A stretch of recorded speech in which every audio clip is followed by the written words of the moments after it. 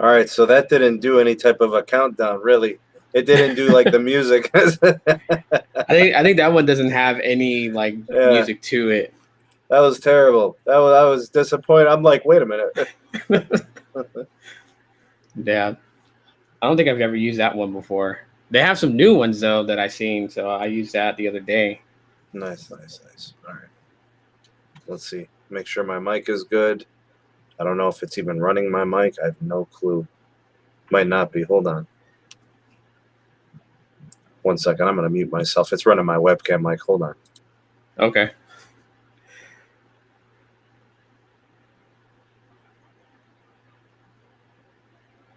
Hey, what's up, everybody?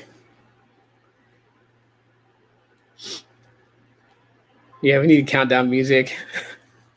All right, we should be good now. Should be picking it up now. That should be way different. Yeah, it does. It does sound different. Yeah. Audio is good. I think it was running off the webcam only because my interface had no levels. And then I looked and I think Yasmin switched my XLR port. Oh. Because he was probably trying to turn it on and couldn't figure it out, so she started pulling out plugs and moving them. So good looking out, Yasmin. All right, man. Let's say hi to some people here. Let's say hi to the good people of the SMT Nation here. We have. Wait, so I can go all the way back. That's the one thing about these comments. They start way up and then they jump and all that. Yeah. Even Buck Luke. What's up, bruh? What's happening, John? Good to have you, man. Saw you on that live stream the other night. Caught you real quick. We got Aaron. We have Medardo. Hola. Mikayo's in the house. He says hello to Tito. Yeah. Yeah, what's up, man? Yeah, we got Big Zeke. What's happening, bro? Check the modulation. I'm not sure what you mean, bro. All right, back up the intro. No, I think we're good, info assistant. We'll just keep it moving. I don't know if we can go back and do it. Yeah, hopefully we got the volume set up fine. What's up, Keon? What's up, Grizz? Mav is in the house. Yeah. I wish I had producers. It's just me, man. I don't know. And I'm basically a caveman, so whatever. We got Ron. Good to see you, Ron. The homie Pat's here. John Alexander. Is it even worth switching to T-Mobile as of now? I mean, use like burner credit cards or gift cards or something for payments. I don't know what to tell you, bro. I mean, if you like the service, find a way to make it work, man. You know, the security stuff is real. You know, it's not me trying to put them down or anything else. It's just the way it is.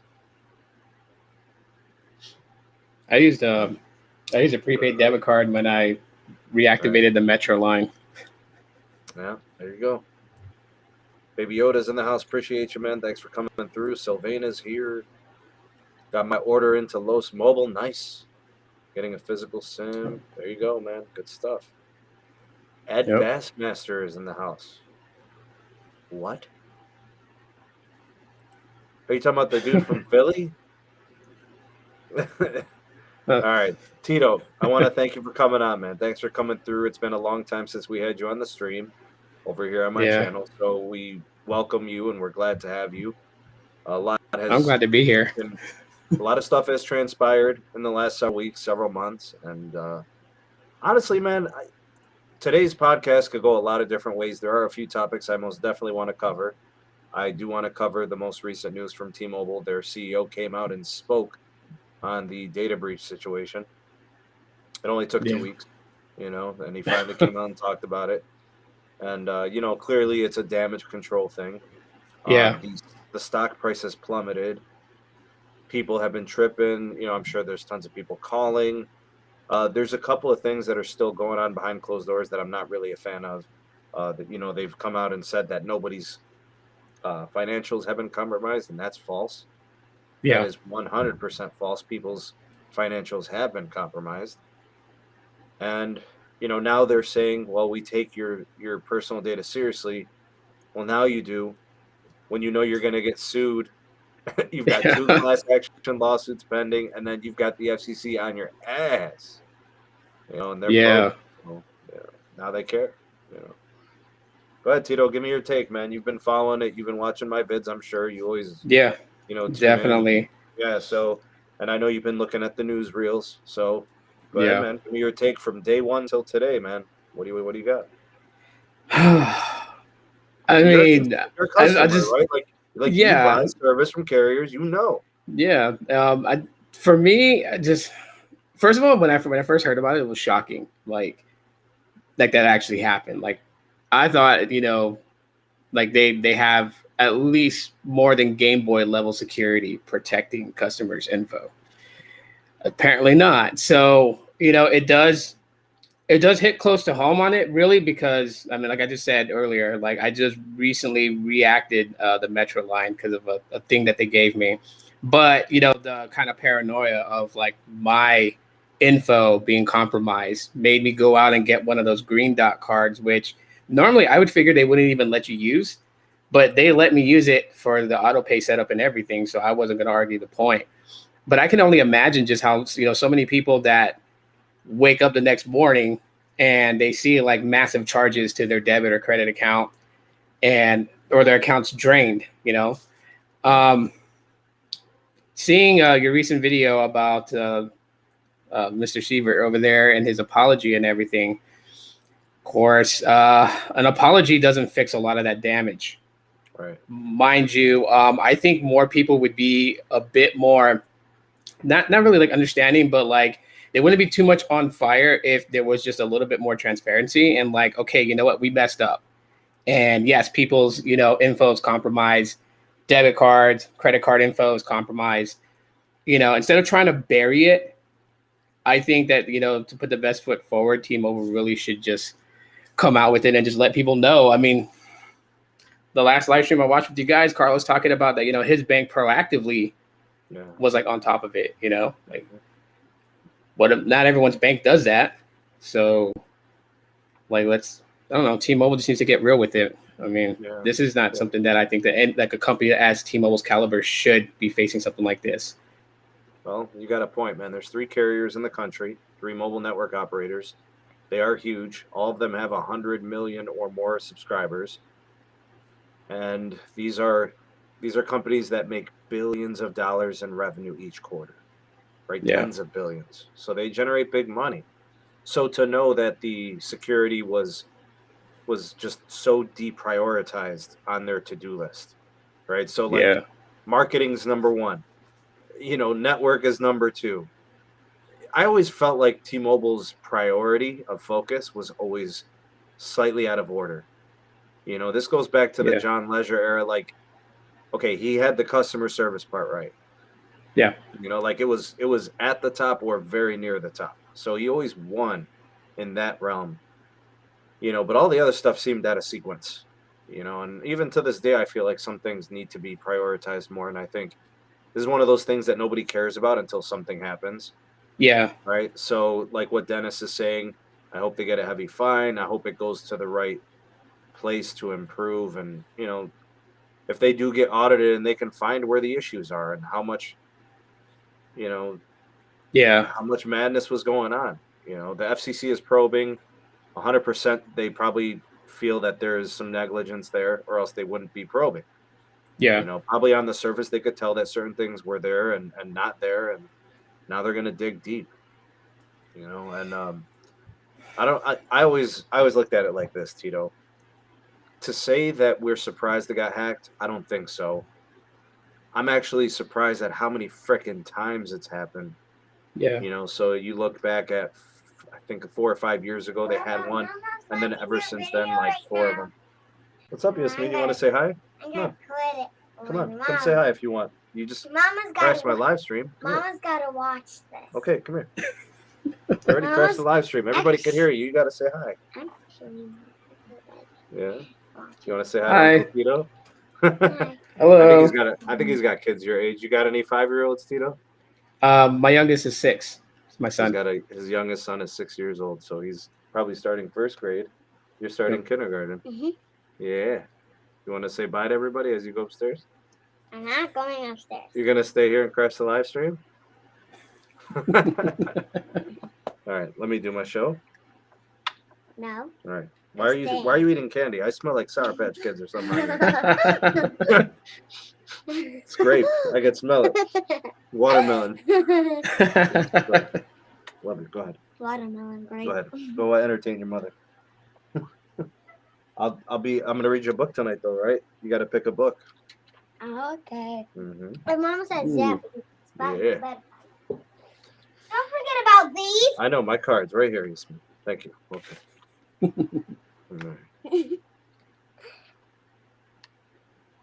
She's adorable. Thank you. Everybody says hi, Yasmin. Yeah. 3 times in the last 2 years. T-Mobile keeps getting hacked, Yasmin. What do you have to say about that? You said you like T-Mobile. They keep getting hacked. What's your take on that? No comment? Yeah, hacks are bad.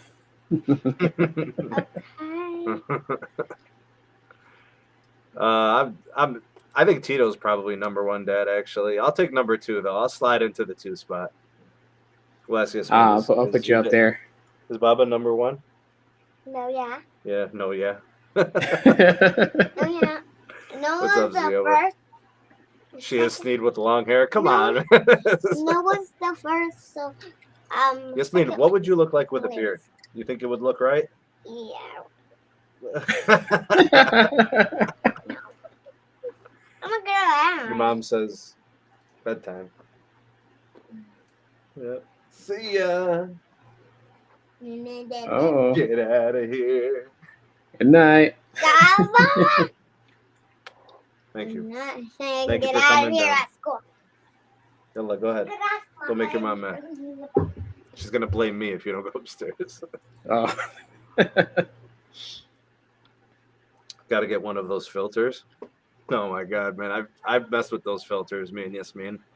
So Yasmin, she'll get like a beard on the Snapchat filters or whatever. Yeah. Ridiculous, man. All right. So we were talking about the breach.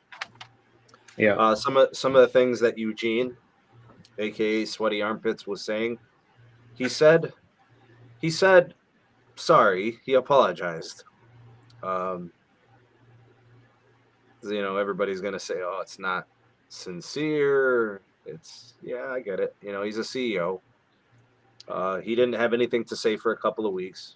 Finally says something. He says sorry. We now are gonna care about your security. I think they have a couple of new firms that are gonna be a part of their team that builds, protections, layers of security and systems. And so now they care. Now they care about security. So that's good. After they've been hacked 5 times. 5 times is too many. I swear, Tito, the first 3 that I reported on, I said this has to stop. It's going to get worse because every time a company gets breached, the person or persons who do the breach are coming back. And they've already kind of sniffed around and seen some things, and they know where they want to go and what they want to get next. Oh, yeah. 5 times is way too much, man. But hey, I think for the nature of the info, though, Tito, the nature of the info. Right? Yeah. IDs, SS numbers, IMEI numbers. You can get SIM swapped. They got credit card. They got payments. Yeah, I think that's the thing, and that's why some people are not really taking Mr. Sievert's apology in full value, only because there's been previous times before that this has happened, and the sorry does not replace the amount that people have lost. I think that's just where people's at with it. So I don't know if you use this feature or not, Tito. I went ahead and I did a poll in the live stream, in the live chat. Uh-huh. All right, so for those of you that are here in the live, go ahead and take a look at that poll and give me a vote. I asked the question. Mike Sievert said, "We are sorry." And this is as it pertains to the T-Mobile data breach. My question is it good enough? Whatever he said, whatever he did.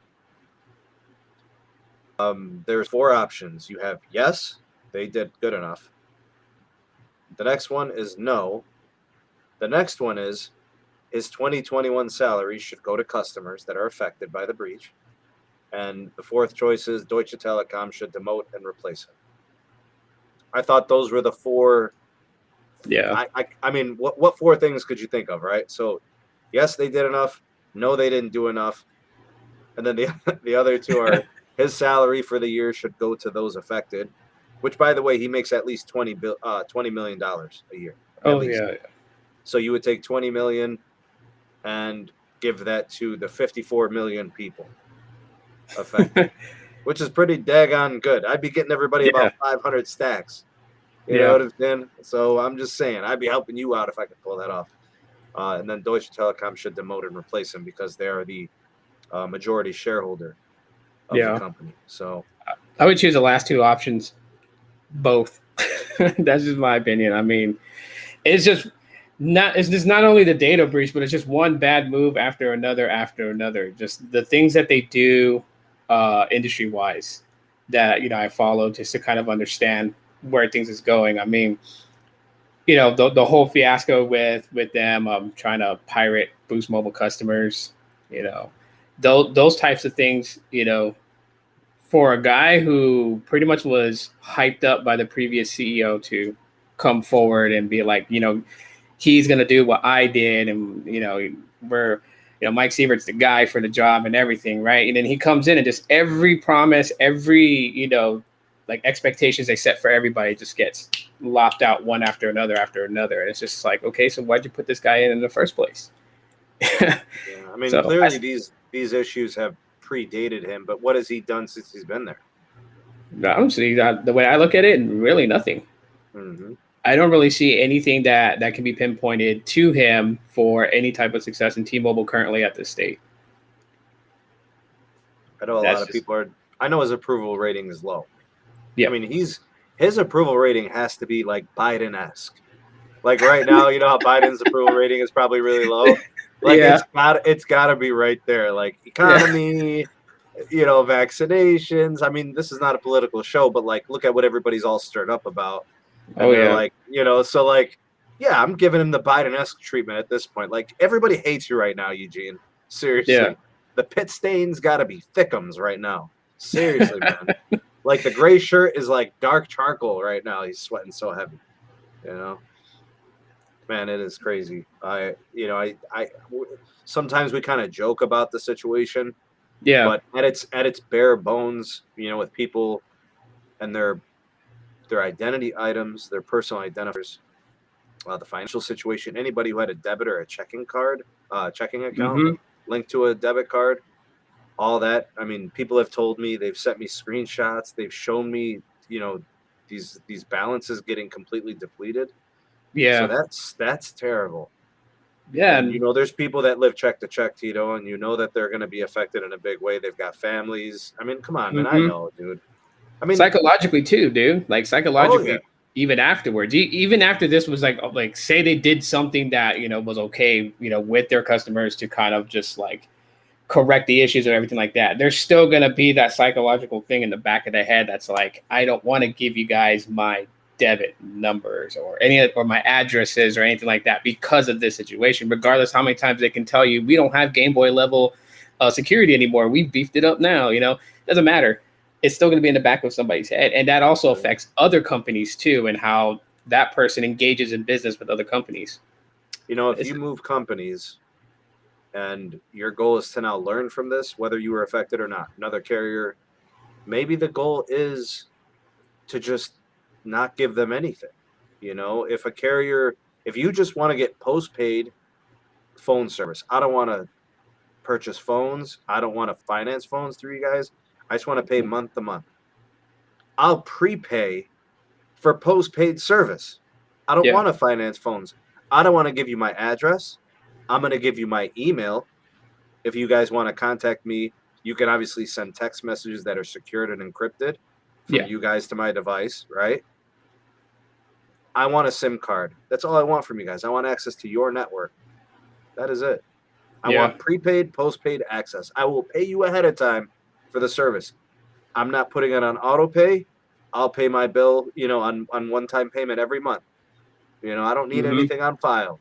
I'll cut you a check and send it to you in the mail. You process it at your bank.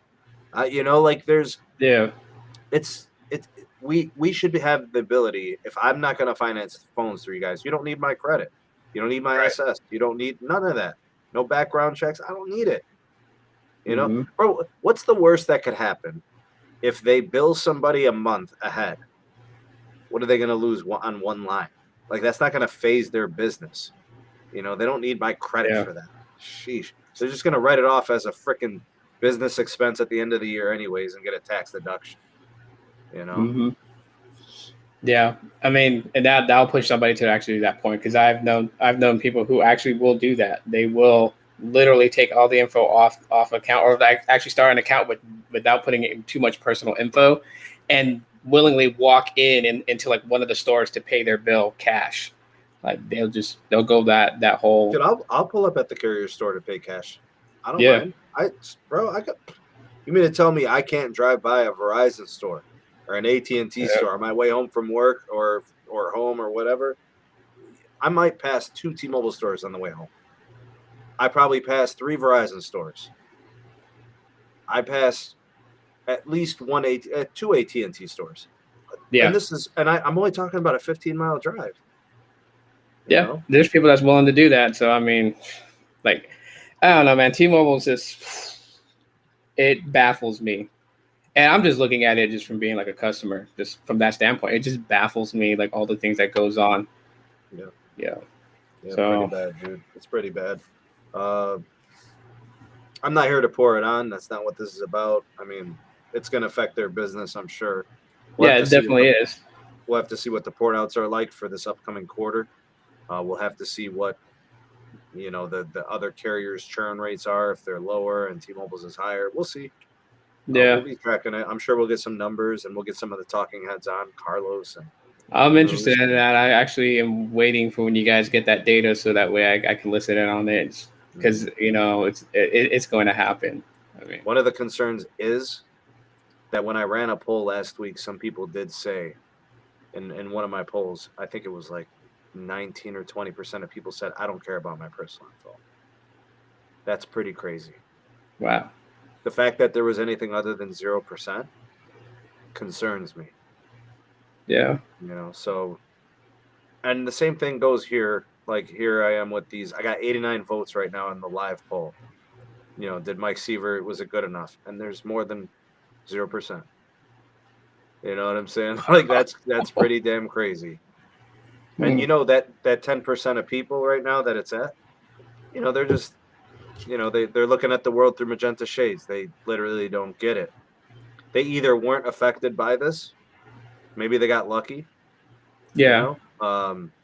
Or they're just being plain old just ignorant, like they're just trying to be stupid. I'm gonna go on a limb and say that they got lucky, because I mean, if it hit them the way that it hit other people that hard, they wouldn't be voting that. I did have somebody tell me that their credit sucks so bad, who cares?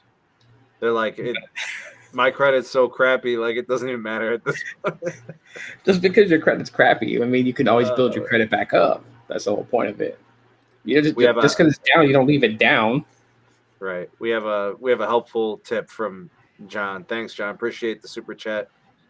To the nation, best way to protect your identity: freeze all 3 of your credit reports: Experian, TransUnion, and Equifax. Yeah. Get the facts right there, man. Yep. Yeah, man. I had some people tell me, I think it was Darian in one of my videos. He's, you know, a pretty steady viewer, subscriber, commenter, so I could give him a shout out. He was saying that he was going to leave once he paid off his device. It was on installments. Yeah. Which was like December. Dude, the damage is done, man. You know, like everybody talking about leaving now, like it sucks. You know, like maybe they wanted to leave, you know, as soon as they caught the news, but like, you know, some people actually don't even know that you could leave to another carrier midterm, and that carrier will pay your termination fees, and you know, sometimes they'll even just pay off your phone, and you can get your phone unlocked. You know, doesn't Verizon do that? Yeah. Yeah, Verizon does that, I believe. Yeah, you could even take a broken phone, man. Hey, Jean-Luc, appreciate you, man. Thanks. One love to the nation. Right on, bro. You know, I love the people too, man. Yeah. You know, This contrary to is a great popular community. belief, you know, I'm a man of the people. I just don't care about these carriers, man. They don't pay me. I've been Yeah. saying this for 5 years, dude. They don't pay me. I pay them, so I could say and do whatever I want. Yeah. You know, I'm no investor. I don't care. I don't care if you are. It doesn't matter to me. Whatever. You know, you don't like it. That's your personal problem. If you don't like it when I dog a carrier. One day I work for AT&T. The next day I work for Verizon. The next day, why are you on T-Mobile? You know, like what the hell, man? You know. Yeah. It's just when I'm trying to some get a people just job can't with handle this the truth. show. Seriously, man. It's like what's that one movie where he's like, you want the truth, you can't handle the truth. I don't know what it's called. But yeah, that's pretty much that scenario. People just can't handle the truth, you know? I just don't get the affiliation. You know, why do people strap their personal identity to a smartphone cell phone service provider?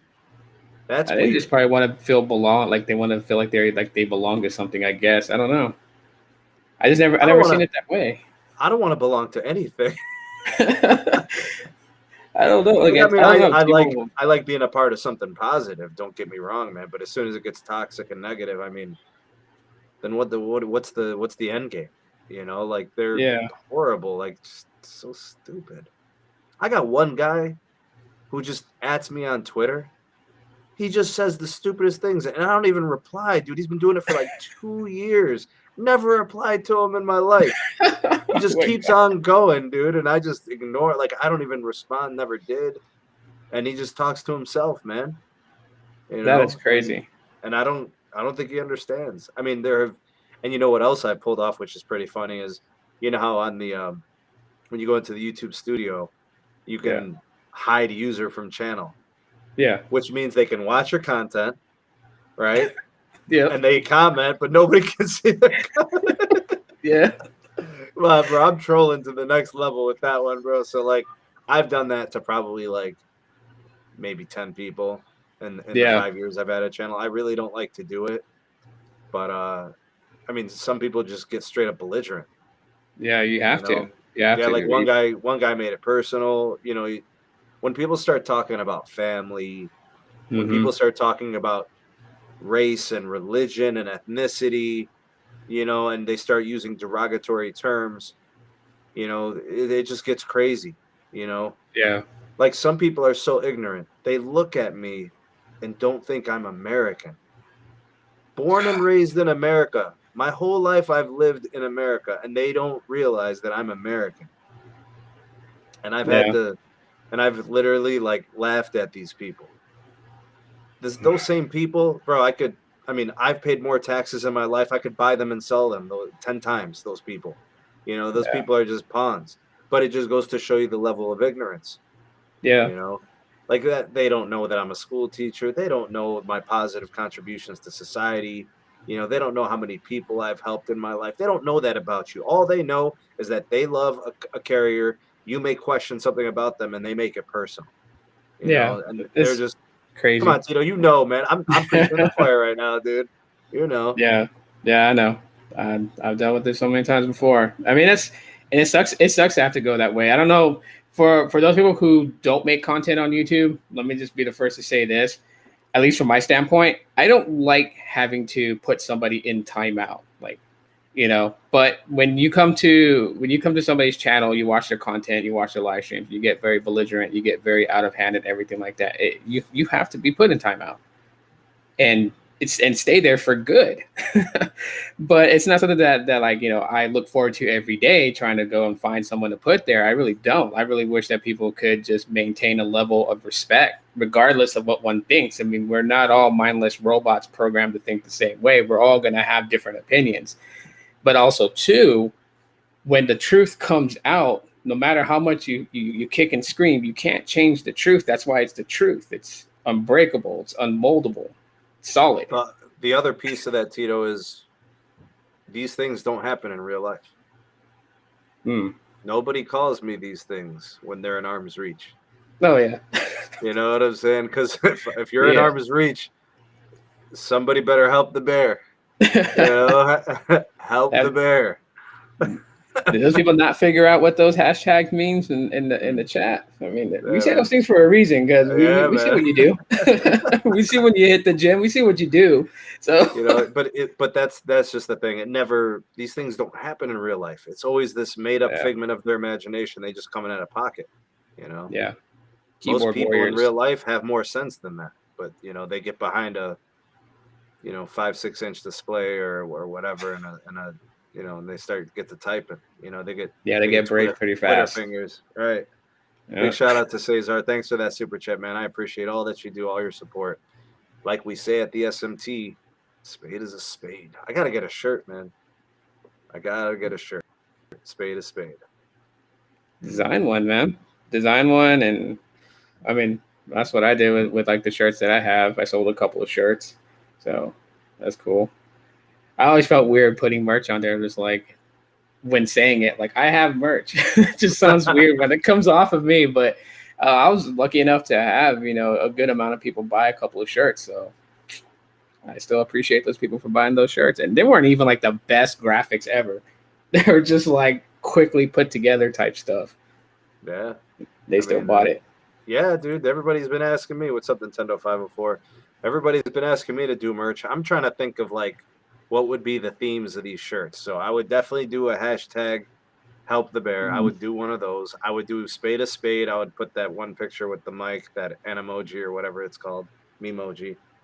I would do one of those. And then I would probably I'll probably get some kind of an animated version of me running a speed test on a sidewalk somewhere or in the car or something like that. That's pretty dope, man. A big piece of what I do on the channel. And then maybe like an iPhone with like the SMT logo or something like that. I don't know. Yeah. I would definitely do a pixel, bro, but I'm going to take out the G for the Google and I'm going to put an SMT on there. I would get it custom. Oh, man, that'd be actually pretty cool, dude. If you drop those shirts, like, I'd totally buy them. And you know what? Just with the community and how much support that they show you, bro, I mean, you literally could, like, do, like, a seasonal change-up. You know what I mean? Like, run different graphics. Limited edition, you know what I mean? You're gonna have more than 100 people that's like solid fan. That's gonna have every one you drop out there. All right, so we could have every hashtag we ever did, right? So there'd be a hashtag ravioli gang. We could do like Chef Boyardee can. Why not, dude? That'd be so cool. We could do a picture of the Volvese. We could do 200 on the dash. That was one of the themes last summer. 200 on the dash. We could do like all the networks. We can get the names on there. We could do a speed test, millimeter wave. I mean, we could pretty much do everything, bro. Los, let me know when you're ready, man. I don't know if you are. Just give me the go. Los, are you still mobile? I'm just curious. Yeah, I'm still mobile. What's going on? All right. Good to have you, bro. Thanks for coming through, man. What up, Tito? What up, Nino? What's going on? What's happening, Bretta? You still flipping it? No, right now we're about to be folding it. We're about to be folding it here shortly. We're just still finishing the transaction. He's been flipping it. Now he's gonna be folding it, man. Yeah, I watched his unboxing of the Z Flip 3, and he's just like, Tito, I could do N41, man. Me with a cape with N41 on the back. I could do millimeter wave, Mr. Millimeter Wave. I could do one of those. Los, we got merch on deck, bro. We're doing it, man.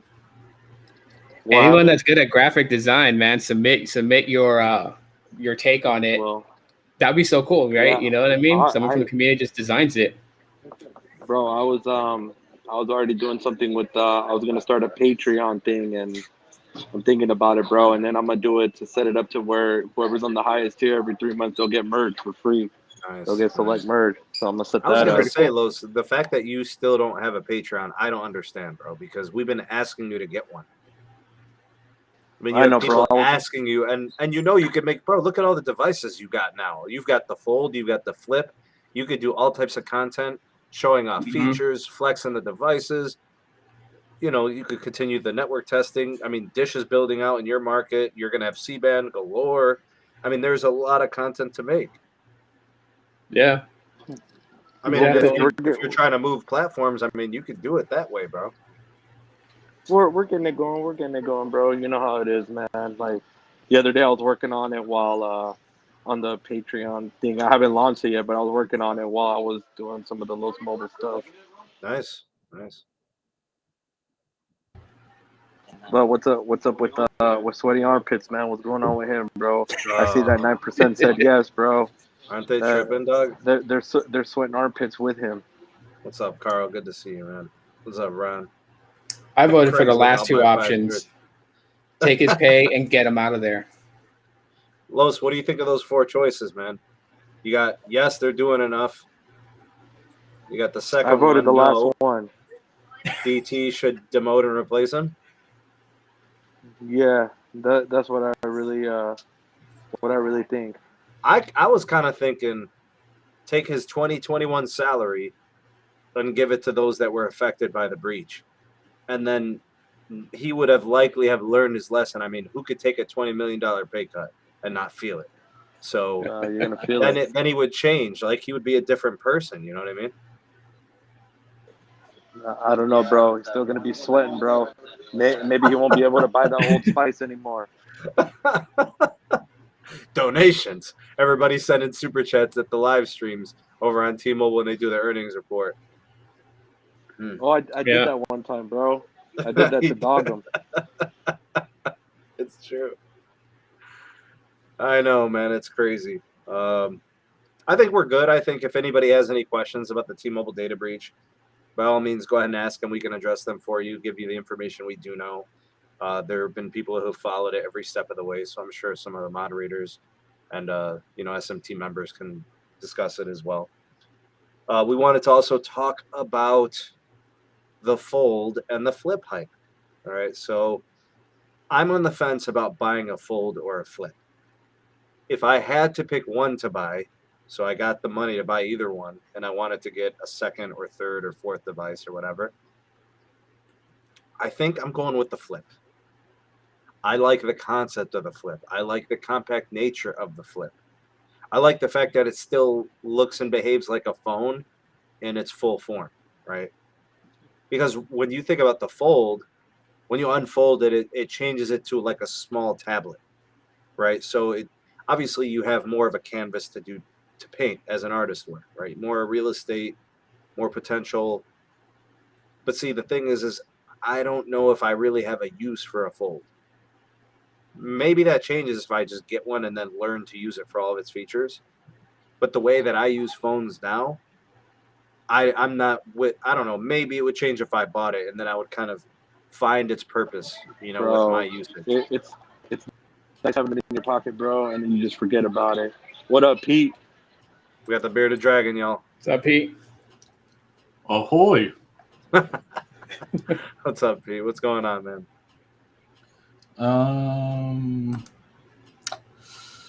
Just finished dinner. Hashtag ravioli gang. At hashtag drunken noodles gang. What was for dinner, bro? Because I'm starving right now. Let's see, maybe that'll motivate me to eat.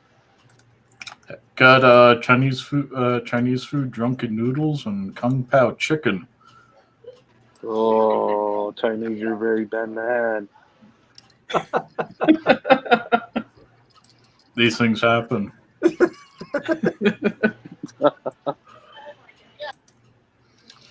So that's where I'm at with the fold.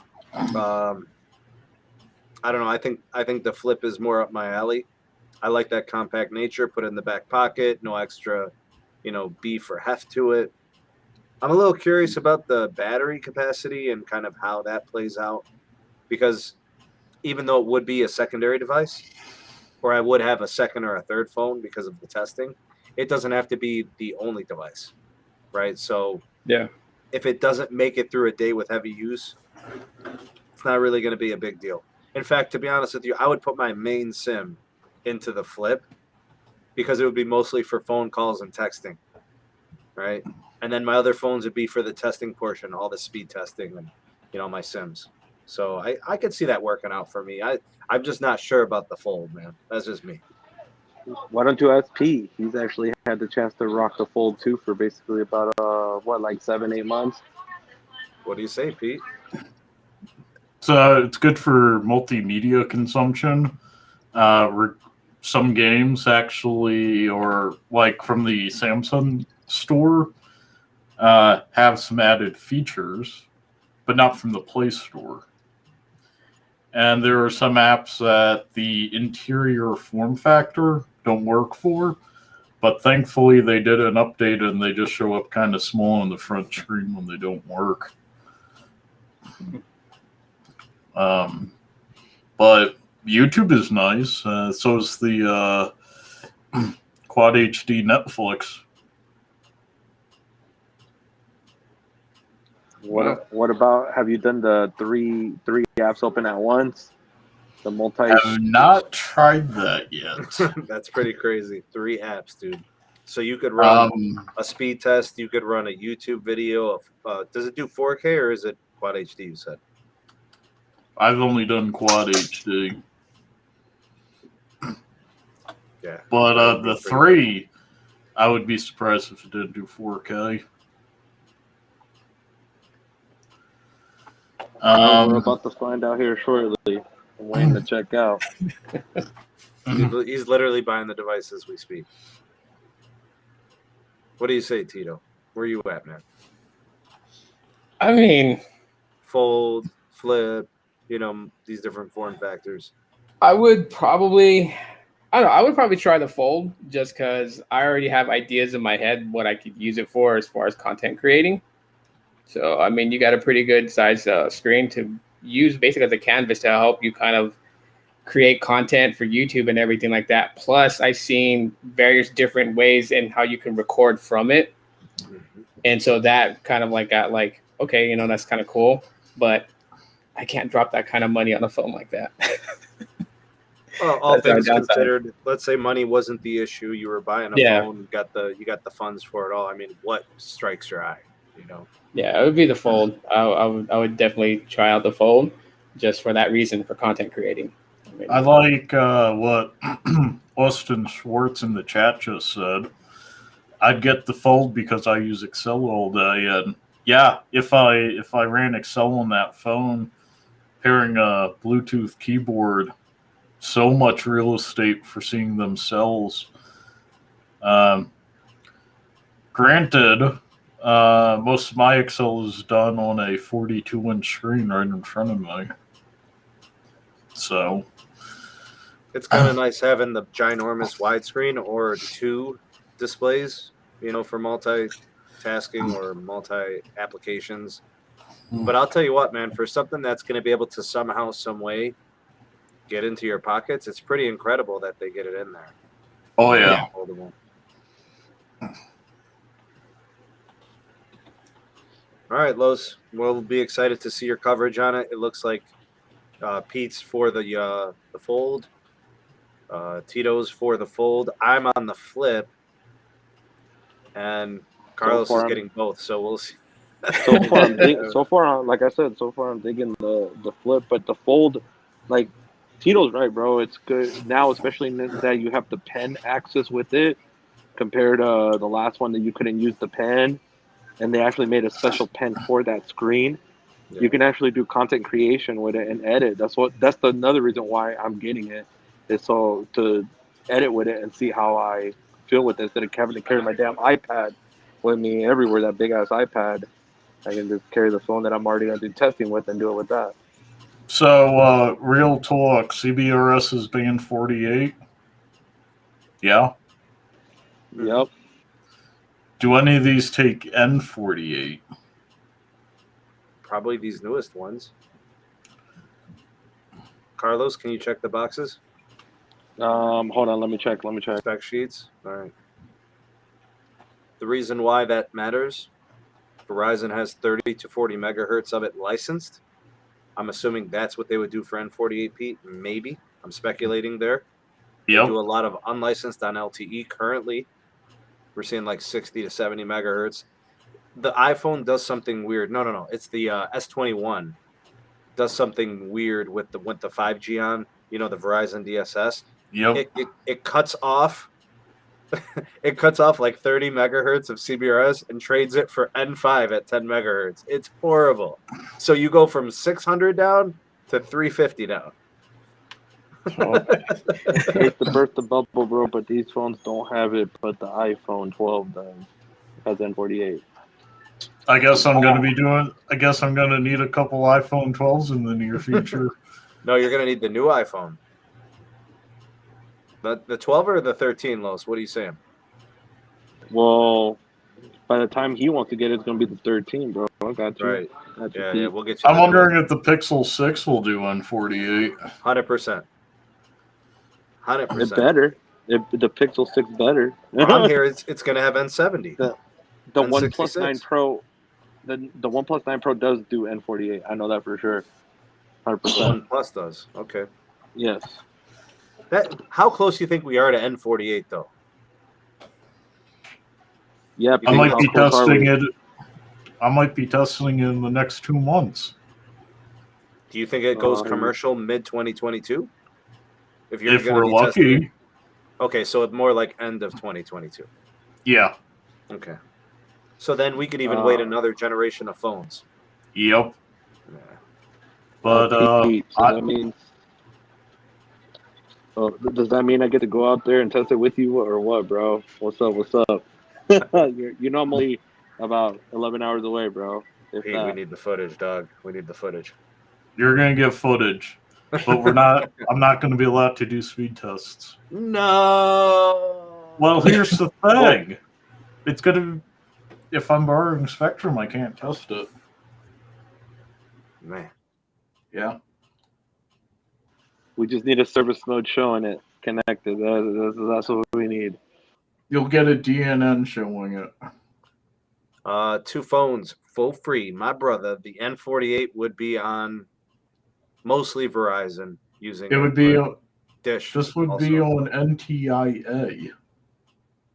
Oh, he's asking which phone would you be testing on which network. Okay, all right.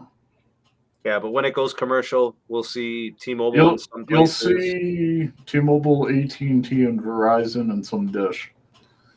Because it's CBRS and 5G, if they purchased a priority access license for it, you'll be seeing it in the areas where it's a priority access license. You may be seeing it on some general access.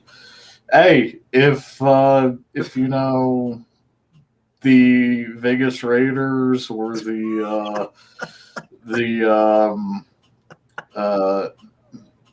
Milwaukee Bucks want to sponsor it, sure. What about the Knicks, Pete? What about the Knicks games? The Knicks don't have enough money to sponsor Fiber Mobile. Hey, bro. You might see the Brooklyn Nets. Oh my God, this is why we pick Pete, man. I can't believe you even You'll brought up the definitely Knicks, not bro. find it Who is a in fan of the Netherlands. Knicks? Bro, the Knicks have at least 20 fans. At least. Sure as hell ain't me. You'd be at Madison Square Garden on the millimeter wave from Verizon trying to get connected to N48 for Dish on Fire Mobile. What's up, Running Flame? What's going on? Only Dish and Verizon bought N48 among the carriers. Unlicensed would be usable by all. I think T-Mobile's got licenses too, don't they? T-Mobile has licenses in Southern California, New York, and a couple other dense markets. But they're only like 10 megahertz. Here we got, I know they're using 20 is licensed, and then 40, then they use the 40 GA. Wait. T-Mobile is 20 licensed in Vegas? Yeah, bro. Really? Vegas was the first test market for CBRS for them. Yeah, but that's back unlicensed. 19. That's unlicensed. No, they didn't have licenses. No, I know they were just testing it, but then they put their official license up. That's the one thing I don't like, Carlos. When we do our speed tests and we access those service modes, we don't know if it's licensed or unlicensed. We don't know if it's GAA or if it's, it's a PAL. Hey, man, 10 megahertz is 10 megahertz. Look what freaking Band 30 did for AT&T. They're switching from 100 megabits to like 280 over here. You know? Running Flame, the the C-band and CBRS type stuff purchased by T-Mobile is a congestion supplement, but you're really only going to see a lot of places when they're fully deploying N41 as their primary capacity. Oh my goodness. Mike Sievert made $54 million last year. That's too much. That's $1 million for each account affected by the breach. Yep. Hey, yeah. You should be putting some of that salary into cybersecurity. Irony. You got the iron going up against the dude's face. Remember that meme? Oh, wow, man. I have scotch and it's Friday. Doing good, Steve. Glad to make one of these. Good for you, man. Enjoy the evening, man. Good for you. Yeah, dude. I was saying, Pete, I don't know if you made a vote yet in the I voted number 4. I don't know. Pete's been pretty loud about a swap for a while. Yeah. I don't know. Pete was saying by the end of this year, might be at the end of CES now. This guy's got Q1. like 9 lives, Pete. He's a cat, dude. Yeah. That's a pretty good analogy. The stock is in the shitter, dude. Oh yeah. The stock price is down. Let's see what's the stock like right now. I think like What? when did it start going down? It was about 3-4 weeks ago, right? It started dipping. It was up at like 149. It's down at like 137 today, maybe. So it's down $12 in under a month, and that was always known as the growth stock in telecom. It's at 138.38, and it's up since I bought it. Where did you buy it at? 120. Oh, so you got it, what, like right after merger? Yep. Okay. And hey, AT&T's up a little too. AT&T's stock is, for whatever reason, the worst. 27.16 at the moment. What is the problem there, Pete? What is the issue with AT&T? Randall's gone. Okay, there's no more sabotage at AT&T. So they have extended it a lot. They've split it a bunch, and they keep splitting it when people want to buy it. They need to do share buybacks. And I also think they have to do a couple Generally, of the debt. Generally, I'm not in favor of buybacks, but when you hyperextend your shares, you should probably buy them back. If they bought 1% of their shares annually for the next decade, would you trip? No, I'd call that good for their share price. Exactly. Because if you have 1 million shares at $27, you're not valuing your company. Yeah. By the way, what was it? 2 phones or something? 2 phones for free. For free. Said, had a question about Walmart reps activating phone service. I don't know. I don't go to Walmart. Walmart has like one rep for like the electronics side where they do that. I think Target also has like somebody that does that. Like most of those stores are set up like that. Yeah, we have one rep here in the electronics that does it. You don't want to go there as your primary customer care rep, but if you were like purchasing service, you needed a SIM card turned on, you needed to pay a bill, they could do stuff like that. I don't know. I don't even know how much account access they really get. I'm not sure either. I know, well, at least in Walmart over here, they chase you down. Like, they try to get people to sign up for stuff. So, like, before you even cross electronics, they're already, like, out of the electronics section trying to talk to you. And, like, I'm just like, dude, I'm just here to get milk. Leave me alone. They will chase you here. Of milk, right? I email a contact at T-Mobile for my stuff. Yeah, not Mike West. Not all Walmarts are created equal, dude. Just like I think in every town there's 2 McDonald's. There's the good one, and then there's the other one. All right. There's the one that doesn't put cheese on your cheeseburger, but charges you for the cheese. But either way, it's vegetarian. Why? How is it? What? You think soy is meat? Are they using soy? It's like, well, they call it beef because it has beef bouillon. It's made from soup. That's new. Hey, I did not know that. Burgers are made from soup at hey, McDonald's. if you have soy soaked in beef bouillon. Well, you might as well just get ramen, dude. Yeah, if you're buying something for that cheap, it's not meat. It's like you go to Taco Bell. That's not beef. No. No, you gotta pay a certain price for meat. I've always thought that they serve the wrong thing at Taco Bell. So they give you napkins when you buy their food. They should give you a roll of toilet paper. It should be like Charmin. Like they're giving you. That's Denny's. Bro, listen. The Denny's situation. What's open at 3 a.m., bro? IHOP. Bro, is this live stream going to turn into last week's, bro? Remember what happened on Sunday? Yeah. Bro, Chipotle qualifies for toilet paper too, bro. Come on, man. Yeah. You know, you got that sour cream just sitting out. You got the cheese just sitting out. You know that's trouble, dog.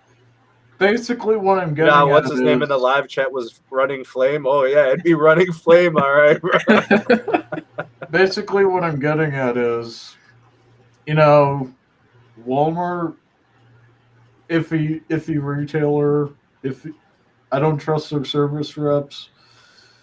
And if you're going to a restaurant and you're getting a meat product for less than, $4 or $5 a pound, it might not be meat. No. I was having this conversation with my environmental science students. I'm like, look, when you guys go to buy food from places, think about all the resources that it goes into raising cattle. The amount of water, the amount of feed, all of the money that goes into actually raising cattle, the grazing, the clearing of the land, that used to be forested area. Now it's grass.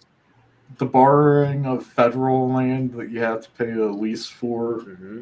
Yeah, I was I'm like, there's no way. I mean, the amount of machine farming going into this livestock to be able to make a burger and charge people $1.39. This is crazy. You're getting a bun. You're getting a piece of cheese.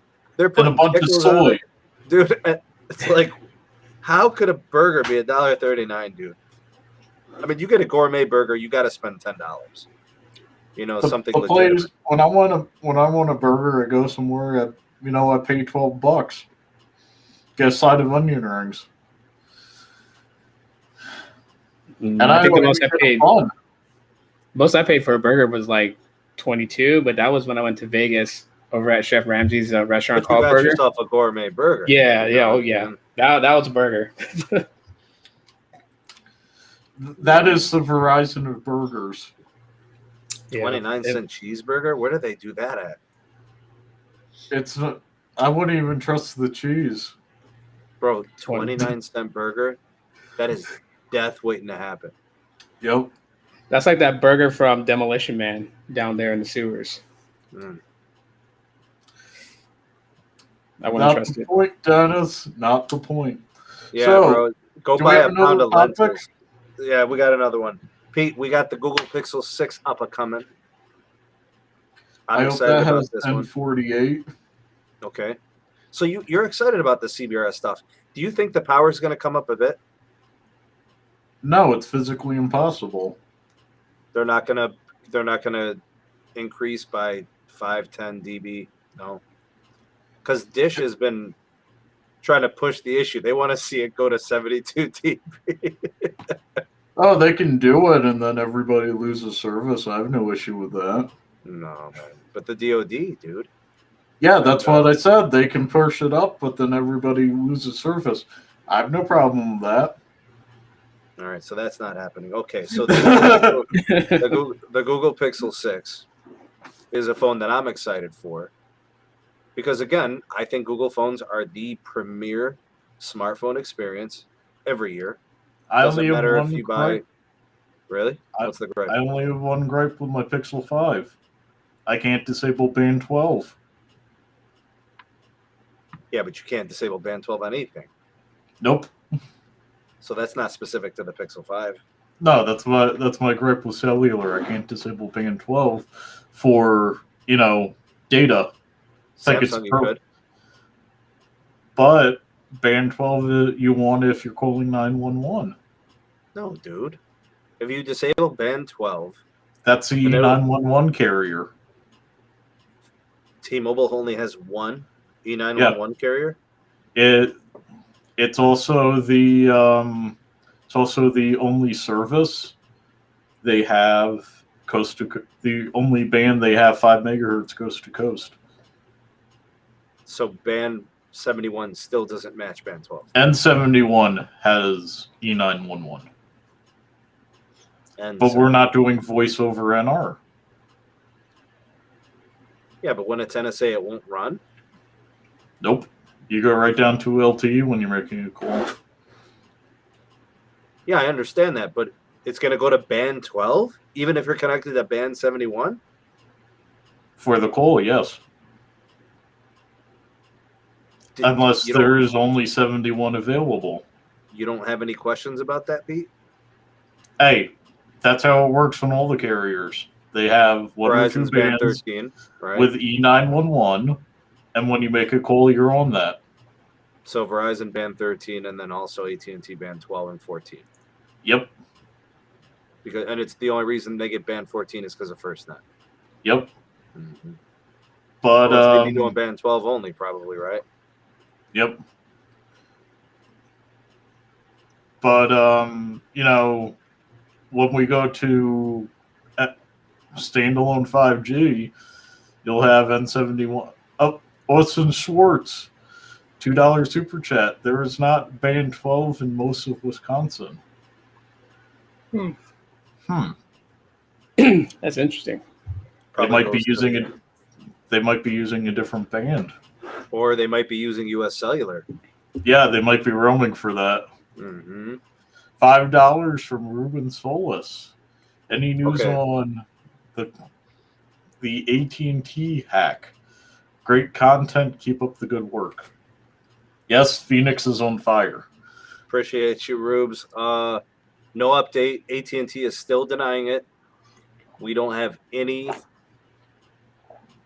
leads. We don't have any inside information. We don't have any rumor. There's no speculation. It's been pretty quiet on that side. But here's the interesting thing, Pete. The guy who took claim for the T-Mobile, John Binns, or whatever his name is, he's the same guy who says he also did the AT&T hack. He has not mentioned anything about the AT&T hack yet. So as of right now, we got no hack. Yep. And people are like, oh, this is bad. AT&T should admit to it. It's beginning to look like there was no hack. At first, I kind of thought maybe they were hiding something. They were just kind of like waiting to see how bad it was or how many people it affected. But everything's pretty quiet right now. How bad is this going to be for that John Bin dude, Pete?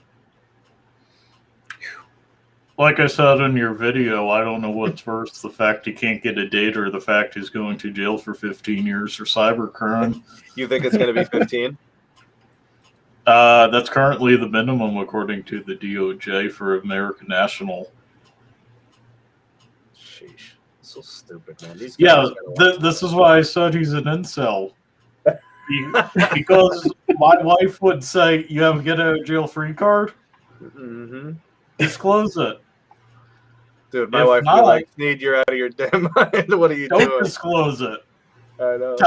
Tell them, but don't release anything. Because, it's not worth the jail time for 6 Bitcoin. Bro, he literally asked for 6 Bitcoin. Yeah, not worth the jail time. Yeah, I think the punishments, the consequences for these types of cyber crimes, I think the punishments have to get a little bit swifter processing things really fast, and then I think they've got to get pretty heavy. I think people have to feel the gravity of the punishments in order for it to deter 90% of the people from doing it. You're not going to stop everybody because some people just don't give a damn. You know, they really don't. By the way, he did get at least 6 Bitcoin. He did? He got the 6 Bitcoin? T-Mobile. They paid him the 6 Bitcoin? To see what he got. Wow. It might not have been T-Mobile the company, but somebody bought it. Who's got 270K? Who's got 270K to just to see what they got? An executive vice president or higher? Yeah, that's true. So you really think they did it, huh? You think they bought it out? And well, not T-Mobile, but somebody responsible for parsing it did. Hold on a second. We went to Iraq and dragged Saddam Hussein out of the ground with his underwear on, but we can't get a kid in Turkey? Are you freaking kidding me? Oh, hold up. We went to Pakistan, shot Bin Laden in the head, dragged him to in an undisclosed location, dragged him to a U.S. carrier, and then kicked him somewhere in the Indian Ocean, and we can't get a kid in Turkey? That's what I'm saying, dog. 21-year-old John Ben, bro. By the way, about to change it from Sneedmobile Tech to John Ben Tech. By the way, we still don't know where that corpse is, which is a good thing. Habeas corpse. Habeas corpus, man. Hey, the only reason why we know he's dead is they recorded it. Everybody wanted to see Tupac's. Everybody wanted to see Tupac's funeral, but I think his mom was the one who put all his ashes out to the ocean. But everybody's like, habeas corpus, dude. Hey, man, part of my ashes are going to end up in the ocean, too. This dude is going to get turned over by... Well, he's not going to be celibate much longer. You need to get nukes out of Turkey first. Wait, Turkey's a nuclear power? They might be. I mean, we pretty much make it official. When a company's got nuclear power, they got weaponry too, right? Just automatically assume it. Let me double check that one. I know. Does Turkey have... I know France does. Well, yeah. Let's see. Wikipedia, list of nations with nukes. Israel. You got Israel. You got France. You got... Turkey has nukes, but... they're owned by the U.S. Oh, so we sold them the heads and everything, so we already got the inventory on it. We didn't sell them. We have an air base. The U.S. has an air base in Turkey that hosts the nukes, and they're hosted on American soil. Okay. As long as we're paying the lease. They're saying Eugene is going after John Ben, dude. He's pissed. Bro, you know what Mike Sievert said? He said he got into our systems with brute force. Come on, man. Bro, who says things like that, man? Who's buying that, Pete? Brute force. He muscled his way into our system, into our servers. Come on, man. I'm not. He used literally a hacked router.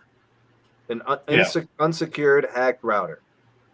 Hey, I've said I can think of at least 6 people who should be fired over this. You know, I don't call for people's heads, Pete, but there's a lot of mistakes in this. Hey, a lot of mistakes. The problem is that, you know, you got a tech contractor. Mm-hmm. You don't have the choice between union or ununion. You also, when you're desperate, you also don't care if he's from ITT Tech. ITT Tech. 25 or University of Phoenix, or you know, any online school. Yeah, because I'll tell you this: everything I set up, if you're logging in remotely and you mess up 10 times, you need somebody with air gap clearance to reset that thing. All I'm saying, Pete, if it was that, if this guy was that bad, and their systems were secured, then why is the FCC riding them? Because the company is liable for hiring him. What do you think of that fine, Pete? What do you think of the fine I proposed, the annual salary? I think it's a little lenient. Ooh, 2 years salary? Ooh. What was the gross profit for T-Mobile last year? Gross 15%. 15%, and that, what do you take their net revenue? No, gross. 50% of their gross. I'm not sure. 15 of their gross. What is their gross? Is it like $4 billion a quarter, or $4 billion a year? 2020 was $68.4 billion in the U.S. 68 point. Oh, annual. Okay, so then their quarterly is like 15, 16 a quarter. That's the gross, huh? Not the net. Okay. Wow. Man. So it should cost them $10.2 billion. Man.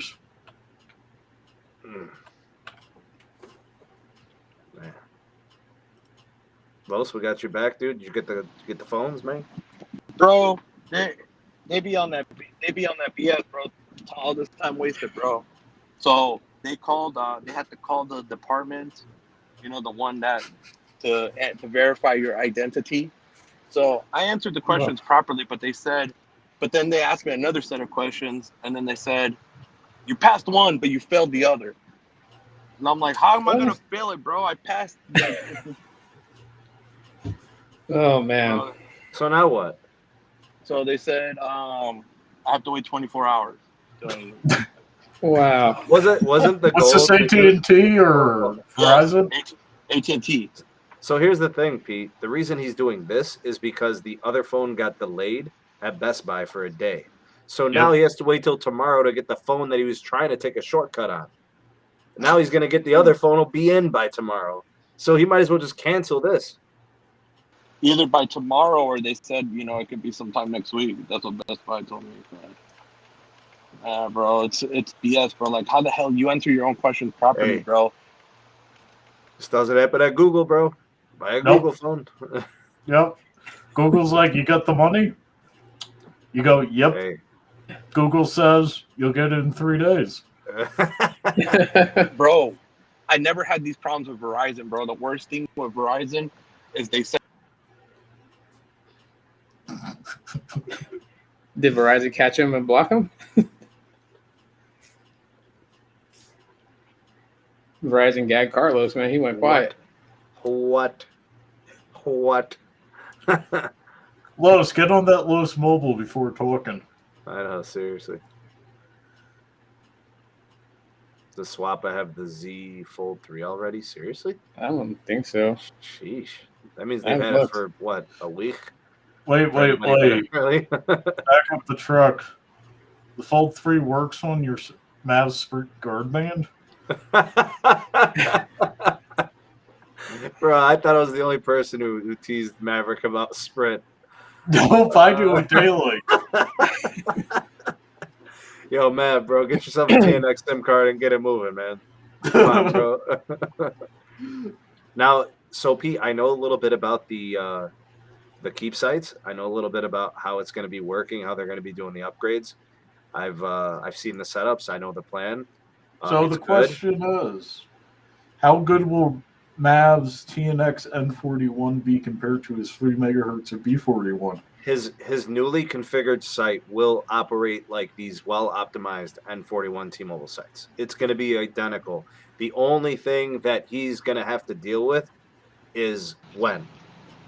Yep. When are they going to do it? Because if they decom it in June, it might be out till December.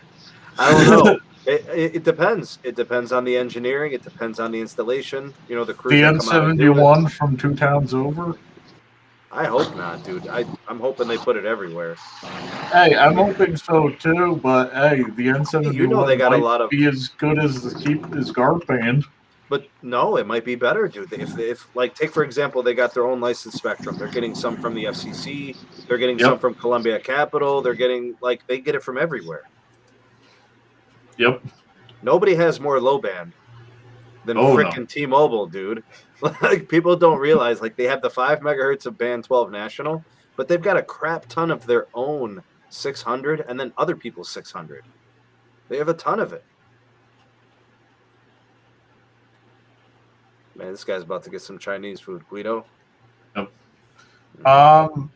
So you've heard what I said about Carlos T-Mobile powering the 600 megahertz from FCC, no? All right. Hey, as long as they're saying here you can have it for free, they have no incentive to buy. Yeah, but nobody else is using it. They might as well buy it, have it, own it, operate it, and it's theirs. Hey, if Dish shows interest, they're going to be asking for money. That's what I'm saying. Is does Dish come in and say, "Screw you, T-Mobile, we'll pay for it. We'll buy it so you can't use it." Yeah, then T-Mobile will pay a little more, and we'll be done with T-Mobile. Yeah, then we'll be done with T-Mobile going, yeah, can we get that for an emergency? But until they have a reason to pay for it and they're getting it for free with request, it's bad. It's bad business move. I still think what happened last year with Dish and T-Mobile that was bad. I think that was started bad. This whole thing. T-Mobile should be paying for the spectrum Dish paid for. Well, what about the slap in the face letter that Neville and Eugene wrote to Charlie Ergen saying, "Hey, thanks for letting us use your 600 megahertz during the pandemic. We'd like to continue to use it for free." And then Charlie Ergen's reply is, "No, we're glad you enjoyed using it for free. Now we'd like a deal." They should cut a deal. But I think that's the origin of everything, Pete. I think that's why we're here at this point between Dish and T-Mobile, and now that's why Dish is with AT&T. Yep. I think all of that played a part of this. The likelihood of Amazon being interested in 600 megahertz is really low, so just buy the shaft. Fire Mobile over 600 megahertz, not going to cut it? Fire Mobile. Fire Mobile. 600's too low. We need that blazing capacity. Buy our Note 7. 600 would never be the first net band because of interference. It was never going to happen. Does Verizon's band 13, 700 megahertz, does that block ever have issues, Pete, in any particular settings or locations? I don't have any here. I've never, noticed anything, but maybe the southern border, Texas, Mexico, I California. can see in the southern border, but Canada? No, the 700 megahertz is in general open to that block, and I think it's a cap of that band has a cap of 15 megahertz. Carlos is gone again. Bye, Carlos. We'll see if we get you back. He seriously needs to jump on Loose Mobile. Yeah. So Tito, unless AT&T's bad where he is. Yeah, it could be. Tito, your carriers that you're using right now. Tell me about the services that you're using, who you like, who's impressing you, who's giving you trouble. Tell the SMT Nation what you've been using and what you think about carriers. Oh, okay. Well, I use prepaid mostly. So I have Los Mobile. Mm-hmm. And I'll tell everyone right now, that's my go-to. Mm-hmm. That's what I'm always relying on. I don't ever have to question that. It's good. It really is. I just recently reopened the Metro line with Metro by T-Mobile, testing that out. And it's actually a lot better than what it was before, a couple months back. It's gotten a little better. Visible, Total Wireless, and Google Feye. Those are the ones I'm using right now. I'm actually trying to compare Feye to Metro as far as priority access and what type of speeds I'm getting in my city. But out of all of them, The ones that I'm mostly like able to rely on is Los Mobile and Visible. Those are the only two that really just stick with me everywhere that I go within my city, and when I travel with the family out, they're pretty legit all along the way. Feye just has problems in the Midwest for me going out that way. So it's what is it? It's T-Mobile And it's consumer U.S. Cellular. I think that's what it is, because when I go out Midwest, it switches to U.S. Cellular mostly. Yeah. But then it's kind of bad, like along the Oklahoma-Texas border. All throughout that way, it's just, and I try to force it. I use an app called Feye Switch, and I force it back on T-Mobile. No go. Not good. How's T-Mobile on the Oklahoma-Texas border? Well, I mean, I can't really Better than U.S. Cellular? Yeah, it is actually to a certain point in certain areas. So like I would say, like from Altus going east towards, what was that town called? Because we went to pick up a friend from this one town area he lived at, near Hugo, I think is what it's called, the town. Out that way, it was just like very like data wise, very slow speeds. I mean, I couldn't even like search things on Google Maps at times. Yeah, like it would not. Then the phones that I was using the Pixel 4a, the Pixel 5, and the iPhone XS. Those are the phones that I have in me. So, just to answer this question for Ryan here, does Los Mobile have insurance for phones? They only sell service. Yeah. So no network phones. access is all they do. If you would like, a mobility line access, a voice line, they do that. If you want to do a hotspot, tethering modem, if you want to do, like a home router gateway setup, they can do that too. That's pretty much it. Tablet lines, they do that sort of thing. I bought my two Pixel 5s on Amazon Business on a Amex card. And I have insurance on those through my card.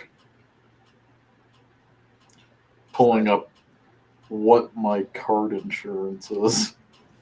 You can insure your phone through your home provider. You can insure your phone as renter's insurance with your apartment. You can insure your phone, in a lot of different ways.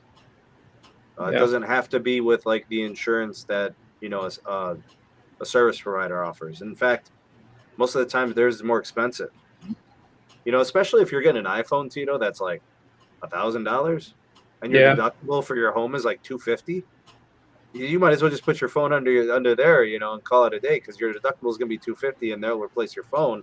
You just say, I dropped it in my driveway, like that's, or my basement concrete floor or something, I have 14 months through the American Express on that purchase. Oh, wow. And my renter's insurance has more than covers any phone damage. I have $500,000 of that for a painting. Oh man, this is good news right here. Super chat. Big shout out to Green. Just got N41 in my area the other day. It's awesome. 500 megabits a second on average. That's really good. Oh yeah. But man, listen. When your home site or your work site or your school site gets upgraded and they give you that N41, N71 combo, so your indoor propagation is good with the low band, you get speed and capacity like 500 megs, dude, out of nowhere. Nothing to shake a stick at.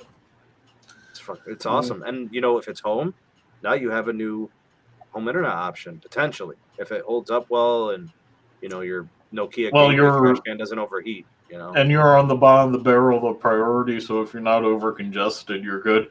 But if you're in a really congested market and you're getting that, probably not so much. Dude, there's got to be a workaround. I want to take the SIM that's in the trash can gateway and put it into some other machine. I don't want to use, that piece of crap. Pete, you think we could pull it off, dude?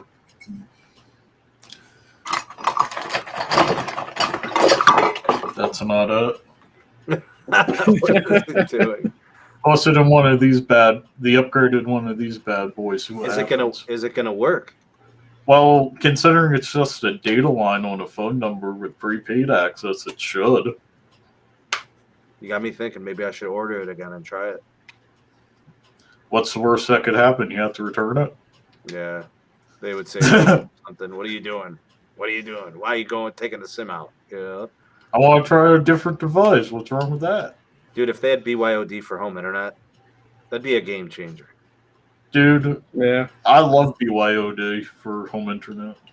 Dude, it would be so much better. It would be more optimized. You'd have more flexibility. You can get a directional freaking antenna. Your RSRP would go from like minus 105 to like minus 85. If you got the right directional antenna and put it on the roof of your house, dude. Hey, if you have the right directional antenna, you're close enough and you put it on your roof, you could get down to negative 44 dB. Not if you're at minus 105 to start. No. You could get into the 80s, though, if you're at minus 105. Yeah, you could get into the 80s. I know, because I've been experimenting. I just in placement, I went from minus 106 down to like minus 92, minus 93, just in placement. All in the house, but just finding the right spot in the house, by the window, up high, that sort of thing. If you could get a fiber optic cable in the back of this port and run a directional antenna to your roof with it, you could have this thing in your basement. What kind of a cable can you put in that thing, Pete? Like Ethernet-wise? Oh, this is on this one. It's a 1 gig Ethernet port, the old one. So you're fine. I'm just saying, the antenna port. If you get some good copper or fiber optic antenna running it, put it on your roof, point it toward the tower. Connect it anywhere in your house. Should be good to go. I feel like you got a chance of making that work in rural America. You do. I don't see that happening over here. And it might be a good use of C-band satellite dishes. Dude, the only thing that I'm kind of pissed about is that first phase of C-band. It's just going to be 40 and 60 to those carriers. For like Verizon's going to have 60 megahertz, T-Mobile's or AT&T's going to have 40. So there'll be nice speeds, right, for every site that gets it. But like, dang man, you wish you were getting 160 megahertz from Verizon, because that's going to perform like fiber, dude. It is. It's going to be gigabit speed probably. Like right off the rip, dude. 160 megahertz, why not? Hey, if T-Mobile gets a chance to buy up the entire block of 2.5, you'd be getting that too. But they have a lot of spectrum in some places. And as soon as they switch over, and they change that mode, I think that we're going to be seeing some pretty wide channels. I think my market's going to be like 140. I'm going to leave 20 to guard band, so I'm going to say it's going to be about 140. You don't have guard band on the 5G. Excuse me? You don't have guard band on 5G. They're not going to need any guard band. So then right off the rip, their licenses are going to be completely a go. So zooming in on a 4G LTE connection, you have something like the whiteboard. Here we go. this. Okay. What frequency is that on the left, Pete? This is a 0. This is a 1. This is just somewhere in the spectrum. Okay. And it's these curves and bumps that make you need the guard band. In 5G, you're able to hone it in so well, you can get 43-degree angles. No bumps, Pete. No bumps. So why are they talking about C-band needing all the guard band?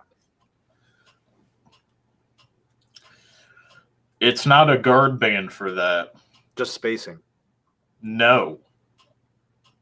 It's bleed over. So that's what would create interference if it wasn't there. Yep. So that's just when people use the term guard band, they may just be using it improperly for 5G. Yeah, so N71 needs a little bit of guard band to protect against legacy in proper deployment, needs guard band to protect against interference with medical devices and things like that. All right. And N41 needs it because Wi-Fi bleeds over 10 megahertz into 2.5 gigahertz. All right. C-band for the aviation, for the radar, what do they call the altimeters? So with C-band, you have the issue of you cannot do a full peak. So you're at 95%. I looked at the white paper that group produced, that aviation group, and I see what these people are concerned about helicopters and, like the emergency medical helicopters, right? The life flights. And I get it. I'm not trying to devalue the importance of aviation, and people flying these crafts. Hey, but dude, they got 220 megahertz of space. The reason, and they could run filters, Pete. The new users would need to put the filters on, because the old ones, they're grandfathered. So you're talking about the wireless operators would have to use the filters? That's why you can't do full power and things. But they're talking about running this stuff high power. High is not 100%. So you think what did they say they were going to do? 72 dB? Yep. Good enough? Should be fine, but you're not going to get the theoretical maximum because that's impossible. What do you think it's going to be? Oh, we're going to be at 72 to 75 max. Do you think it ever gets powered down in certain scenarios near some of these landing stations and near these airports? When needed, it just gets killed. That's what I'm saying. You think that's going to happen on occasion? It's going to happen on occasion, which is why CBRS and C-band cannot be seen as a primary carrier 100% of the time. You need a low band to supplement it. They spent a lot of money, Pete. I was trying to explain this to somebody. I'm like, they didn't spend all this money to be told we're not going to use this as high power. Who are they going to complain to? The FCC. They're the ones that took the money. Yes, they can complain to the FCC, but who is the FCC going to complain to? Well, the satellite operators that were using the C-band before are the ones that are getting these early clearing costs. They're getting, I think it's in that they're getting like 11 billion to clear A block. Yep. Or 8 billion to clear A block. The incumbent commercial operators are the ones who are the issue, but when you encounter things where there is a pre-existing government band, you complain to NTIA and they say, "What's your point?" I don't understand how this is an issue now, when C-band has been in the talks of the problem's a wireless. But Pete, it's been 3 years since they've been planning the C-band auction. How long has it been since 71 was proposed to be cleared? We saw stations that are waiting that T-Mobile's waiting to move off 700 megahertz. Really? Yeah. I thought we were done. We talked about this last October. Tito, you're in like the Arizona area, yeah? Yep. Yeah. There's this one station outside of Flagstaff blocking your 71 deployment. You could have more. Well, they got some, don't they? They got. Yeah, but you could get some better metro if they went offline. You think it's more than 5 megahertz? That explains a lot. They're 7 megahertz, so most likely it's a 10 by 10 or a 5 by 5 rather. Yeah. It might help a little bit. It might help with coverage and capacity, actually. It would, especially if it's contiguous. Yeah, it might make a difference. The spectral efficiency would get a lot better, and then You of might course get up to 15 by 15. they can. By the way, they can kick up the power, Pete. I've seen the schematics. It's 40 watts to 60 when you go Yep. wider channel. Yeah, so they can push the signal harder. You get a better But signal. the issue quality. is they need FCC clearance to know that the television stations in neighboring markets are offline. Because if they don't, they'll be causing interference on the TV channel and the cell service. I've been trying to explain this to certain people for like the last 2 years. T-Mobile, because of circumstance, is going to have to work around some of these problems. The 600 megahertz has issues. The N41 has some. There's no perfect spectrum. The only one I see as not really having issues are the ones with the skinnier channels. Like band 14 doesn't have problems, but it's only 10 by 10. It doesn't have problems because the government cleared it. Yeah. So they were like, well, this is the cleanest way we can operate this low band segment. This is what FirstNet's going to run over. And maybe it would have been nice if T-Mobile would have got the FirstNet contract. Yeah. And then they could have had the band 14 and it would have changed everything. And maybe they wouldn't have needed the merger. And we still would have had a Sprint that would be rocking in regions. And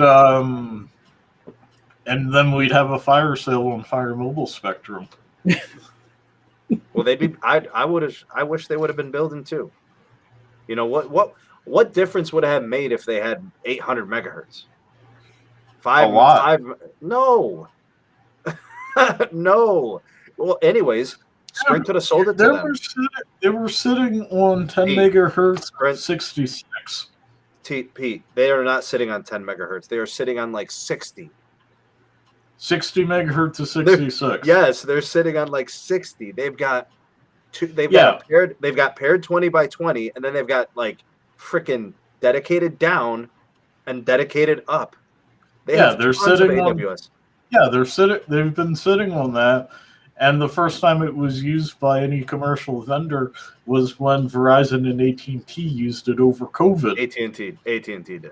Verizon doesn't have the gear to do it, but yes, AT&T. So if and look where we are now, Pete. We got it's a bit, If T-Mobile didn't buy Sprint, you'd encounter a scenario where there would be a fire sale on their spectrum. Okay, I'd be okay with Sprint selling their low band and then having a roaming agreement for low band with T-Mobile. That would be fine. The FCC would have been fine with that. Yes.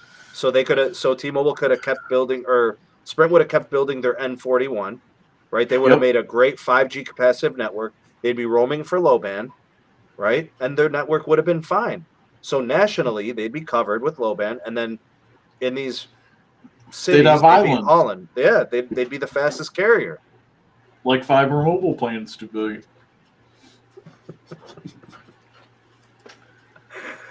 No, seriously. They currently have no low band rural build out other than roaming on T-Mobile. Pete, they're building out in rural, man. People are showing me permits. Are they in? Are these towns? You keep talking smack, bro. I'm telling you, they are actually building towers. Sneed, are these near towns or are they between the towns? I don't know. So they're required to build out for a certain number of populations. That they said is going to be easy to do.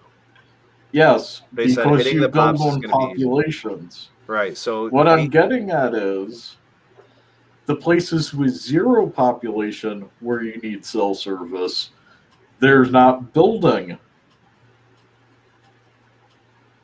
But that's why they got the AT&T, dog. And T-Mobile. There's this long stretch on I-70 in Utah where there are no people. There's desert. You got desert or desert? Desert with one S. Okay. You have AT&T, Verizon, and T-Mobile there, all with 5 megahertz of low band. So which is great. It's good for when your car breaks down. Here's the thing about it. Here's the thing about the Sprint situation. I know everybody thought they were going to go bankrupt. That may or may not have happened. Me and Pete believed it would have eventually. But because, especially when you give free service. Well, the reason was we were seeing the only growth quarters they had was when they were giving out the Kickstart plans. Yep. You remember when they were doing $15 at Best Buy? Tito, I think you did some video coverage on it. You know, like it was in some of your content. Yeah. And that was the only way people were willing to pay for it. Their entry-level plans. Some people had free lines. Like totally free. Like you walked in, signed up, no account, no pre-existing service. You could port in a line, dude, and it was free. You paid taxes. You know, like it was like $7 in most places, $6. And it was crazy, dude. And people were running out to get those 25 and 13 and 15 and 35. And I'm just thinking to myself, like, this is what it's gotten to. You literally can't sell your service because the reputation was so bad and the network lagged behind for at least a decade. They spent like 2009 to 2018 waiting to build 5G. They never really did LTE until the very end. I mean, people were still on 3G. Nobody was getting voice over LTE. Dude, you were getting voice over LTE. Where? When you were on LTE extended. Yeah, and in which markets? Not here. They had it in Boulder when they were connected to T-Mobile. And they were doing it one device at a time. Yep. Right? They were clearing certain devices. But basically, you only got voice over LTE when you were roaming on T-Mobile. And voice over LTE on T-Mobile's terrible. The quality's not good. Yep, but it was better than X1.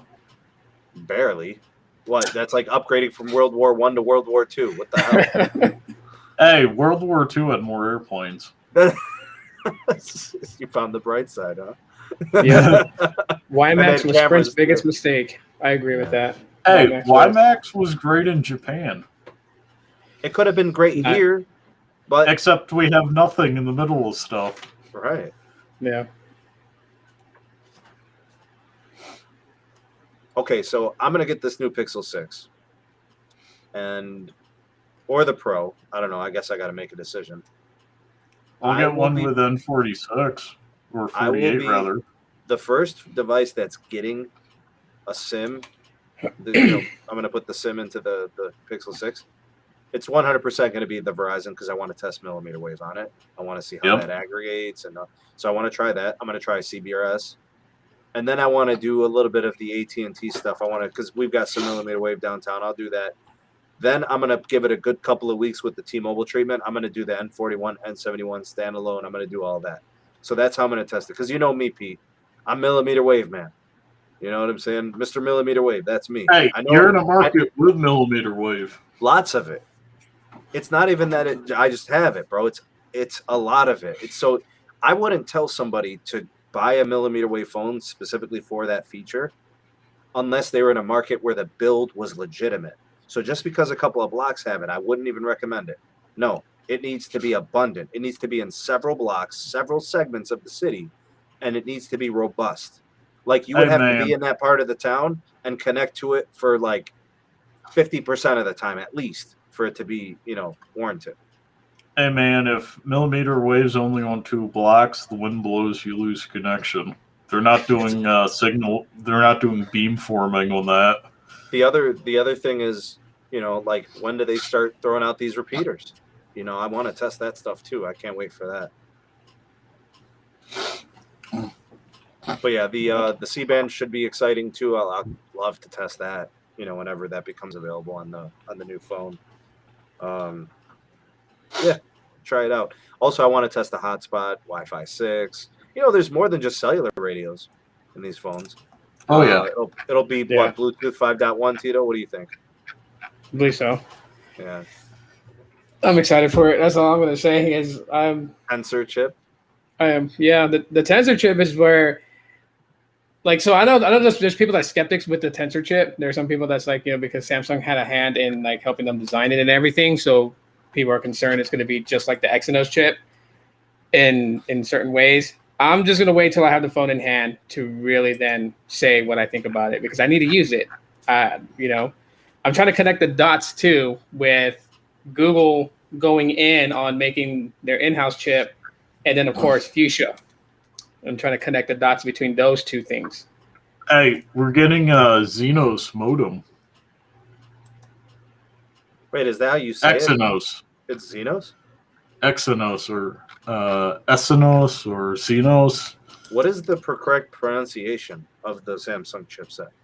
Oh no, Exynos. Korean doesn't have an X. That's Wait, weird. so I always what heard it is- pronounced Exynos.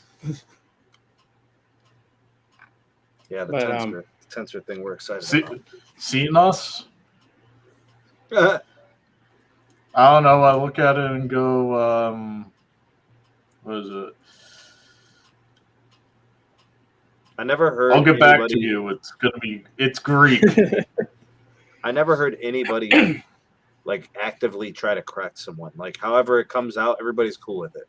They're like, yeah. Fine. I know what you mean. Yeah. So it's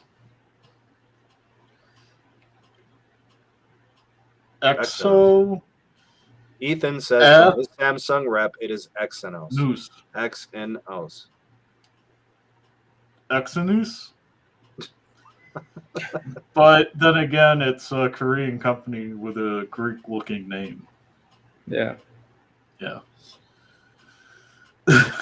That's just going to be the interesting thing about it. I mean, like we have the cameras and you know people's expectations with the Pixels. Obviously, it's going to be like still photography. I mean, that's synonymous with Google Pixels. But I think you know with the 6, I'm looking at Google in a different set of eyes now.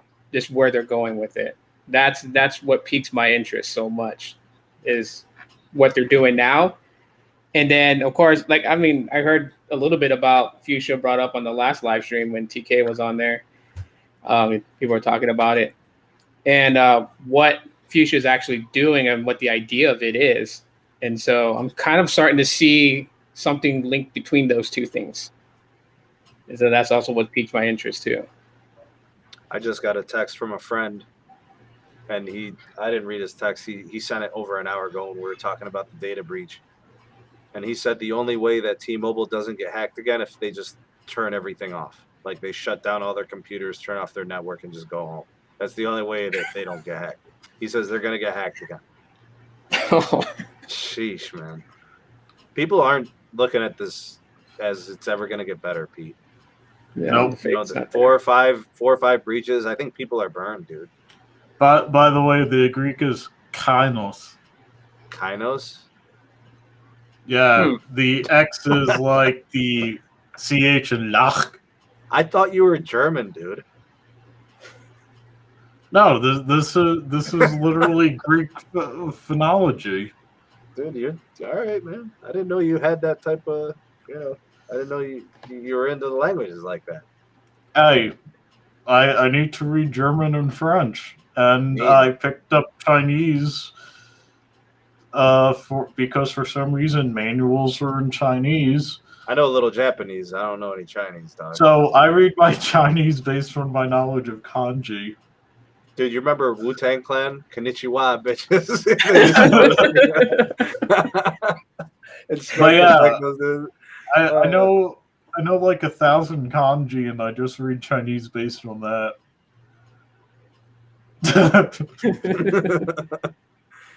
Wax on, wax off. Hey, it works. I get the gist. I know how not to, apply too much power to the wrong polarity. I remember watching. Do you remember Pride Fighting Championships and Pancrase Fighting Championships in Japan? All right, so it was real fighting. It wasn't like the wrestling or whatever. But they didn't use like closed fists for punches. They used to use palm strikes. That was like the only rule that was different, right? So they would instead of, because this was too violent, palm strikes, right? Which you could knock somebody out with a palm strike just fine, right? Yeah. So like Honda stuff. I would watch these fights, dude, and it was dead silent in the arena. Every kick, every palm strike, you would hear it loud and clear. And then at the end, after somebody was like knocked out, half dead or whatever, dude, they would erupt. Like the loudest. It was just like pent up, excitement. But they wanted to respect the fighters. So they didn't make a peep or a sound during the fight. But after it was done, dude, it was eruptions. Respect and appreciate. Thank you. Like they adored the fighters. They were like heroes and stars. The way they treated them. I mean, they were presidential. Like seriously, Boss Rutan and Ken Shamrock and stuff. Real quick, we got 2 super chats. My one brother from Tana Solette. Yeah. Yes, sir. Yes, sir. Yeah. And one from Green 927. Thanks, Green. $5. When do you think Verizon will update their priority data on their unlimited plan? If they do, would they increase the price? May? When they stop giving you free media. I don't even think it matters, dude. I don't think they're going to do it. Hey, what really stinks is you have one option for something above 720p resolution on your phone. Okay, you can get it on Verizon, but you have to pay $10. You literally have to pay $10 to go from 720p to 1080p or quad HD. Unless you're on millimeter wave. And then you need to be in Cleveland because or Vegas because every other place doesn't have it. The nice thing is, Pete, when I look at the language of the ultra wideband terms on all these plans, ultra wideband does include C-band. So if you've got one of these newer plans, that's good too. So then that means it's not just millimeter wave. That gives you C-band as an option as well. But to answer Green's comment or question, God, man, it sure doesn't look like they want to do anything about the priority data. Would they increase the price and let you give under 20? Maybe, I don't know, but it's already expensive as hell, Pete. Yeah, it's already more expensive than AT&T and T-Mobile. T-Mobile's the bargain when it comes to it with Magenta Max. It's $5 cheaper than AT&T, and no taxes or fees. Right now, what happens if that becomes an industry staple? That means AT&T would do it. That means Verizon would do it. Then what happens? Does the T-Mobile pizzazz fall back a little bit? They need to come up with more mojo. Something else, right? Then Eugene would have to earn his money. Yeah, the millimeter wave is tremendous here. It really is. It's very good. See a poll with 167 votes. When are we talking about that? Let's do that now. For those of you that are here in the live, I have a poll. It's in the live chat. Mike Sievert said, "We are sorry for the T-Mobile data breach." Is that good enough? Please vote in the poll now. We will close it in 10 seconds. Your choices are yes, no, and then you have a third and a fourth option. His 2021 salary should go to customers, and the other one is Deutsche Telekom. That is the majority shareholder of the T-Mobile USA company. They should demote and replace him. So make your vote. 5 seconds. 3, 2, 1. And we ended the poll. And 170 votes. Oh, wow. All right, Pete, let's peep these numbers. How do you think it parlayed here, man? What do you think the pulse of the people is? They just say an outright no, and most of them want him to keep his job. Oh, yeah. We got no at 45%. We have Deutsche Telekom should demote and replace, 23%. Only 17% for his salary. I'm surprised. I really thought that was going to be popular with the people. I don't know. And then, yes, they did enough at 12%.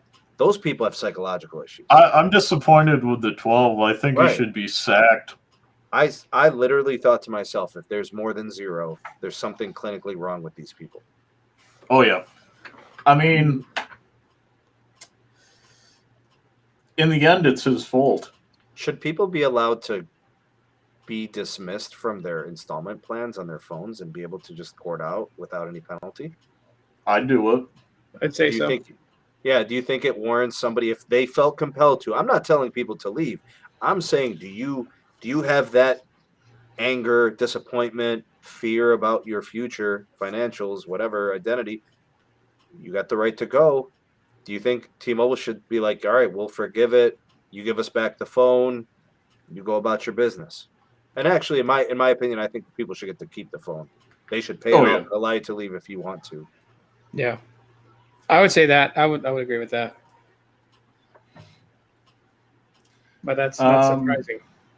I will say, David H., I'm one of those people who say hacks happen, and I have the caveat of they happen too damn much, and think places in this time of man should go security first, not security last. Who would be next up if Seaver was replaced? Chief Operations Officer. Although I'd probably also fire him and the CISO.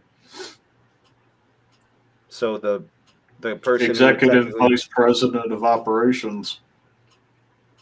I don't even know who that is. Nobody does. Not yet. Oh, $5 super chat from Channel 8 Lawrence. Yay. Never say the word you in Korean or so in Mandarin. It's bad.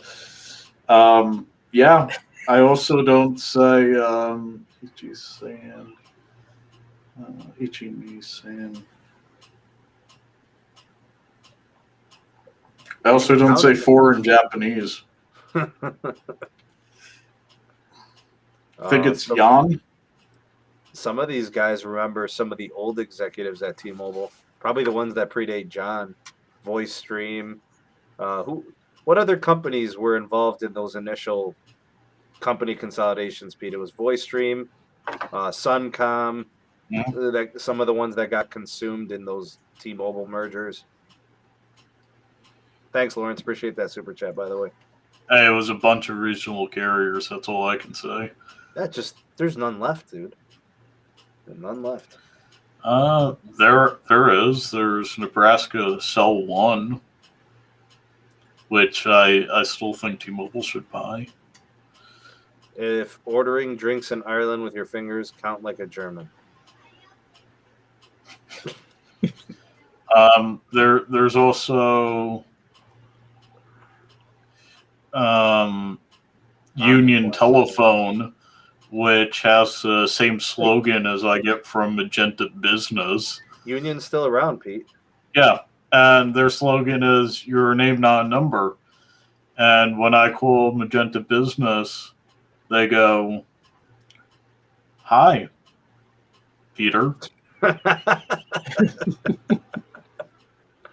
So every time people have issues with T-Mobile customer care, then there's Pete, who calls and gets treated like a king. I've seen it, witnessed it. I've been on three-way when we were trying to work some of those services. I'm like, dude, he could do no wrong. Everything comes to him, man. Wow. I don't know what I do. Literally, people get dragged through the mud, disrespected, hung up on, and then they're like, is there anything else we could do for you, Peter? They answer the phone quick. There's no hold time, wait time, nothing. Hey, there was last time I called, there was a hold. 4 minutes. Yeah, that's nothing. I think in 2016, I called Verizon once. I'm sorry. I'm low maintenance, dude. Like, I don't call customer care as long as the phone's working, the service is working. I don't really have trouble with, like, the billing's the same, so I don't really have issues. I always thank God for that because I hear the stories from people in billing. Yeah, I don't call. Every time I've called Verizon, I get disconnected after 45 minutes. Yeah, see, I haven't had that. Whenever I've had to call Verizon, I've had a stateside American rep, and they asked what the problem was. I explained it to them. They knew exactly what needed to be done, and they made it happen. And if they couldn't, they sent it right away to where it needed to go. So I guess I've been lucky. People tell me they've had issues. Tito, you've worked in that business. Mm-hmm. You know, if you could share those experiences, man, it'd be crazy. Oh, yeah. I mean, I guess when I worked my way up to a supervisor position, people hated me. Because, and I'm sure that people that have had Sprint can probably back this, but calls would drop frequently, especially when people were calling in to port over. They wanted their PIN number and all that stuff. And my team had this, well, they did for a while until I put it into it. They had this thing where they found a loophole with this, because like the way that the center worked was they had like a physical key and like a physical phone pad, and then they had a soft phone on the computer. And some of the people on my team realized that they can actually disconnect the call where like the person who runs the queue would not even know that they actually disconnected the call on the customer. When I found out about that, I was having people call back customers. Like I figured it out and I was like, okay. And then I was watching for patterns, and then, you know, I had to do coaching. So I pulled people to do coaching. And I'm like, yeah, this call only lasted like, 15 minutes. And I know you tried your best to save the customer, but they just demanded they wanted their PIN. So why did it go dead? And you could just see in their face, man, they would totally freak out. So I'm like, yeah, I have I have all the information for the customer. I need you to go and put yourself in coaching on your phone. That way, no calls come to you from the queue, and then you need to call the customer back and resolve this. They hated me, but regardless, you were trying to build a good reputation. You were trying to do the right thing. Yeah, dude. Like the hardest thing, I have to say, like Sprint, working at the account services for Sprint, which is basically their retention department. It was probably one of the hardest ones that I ever worked at in a call center environment, only because like everyone was they knew already like what to say to stop you from even trying to save them. And I was actually surprised that I was able to find ways to break through that and actually talk with some of the customers. And usually it was just like the same old things. It was like, I can't, they would tell me up front, like, I don't like Sprint because I can't be on the call and browse the internet at the same time. That was like always like their main go-to excuse, or Volty. But then what it would really turn out to be is like somebody that they knew got a deal, because like, and this was what Sprint's biggest problem was. We had like 7 different unlimited freedom plans. They were so crazy. There was like the unlimited freedom, and it was like 60 for the first line, 50 for the second, yada yada yada. Then they had one where it was like 50 for the first line, 20 for the second line, lines 3 to 5 free.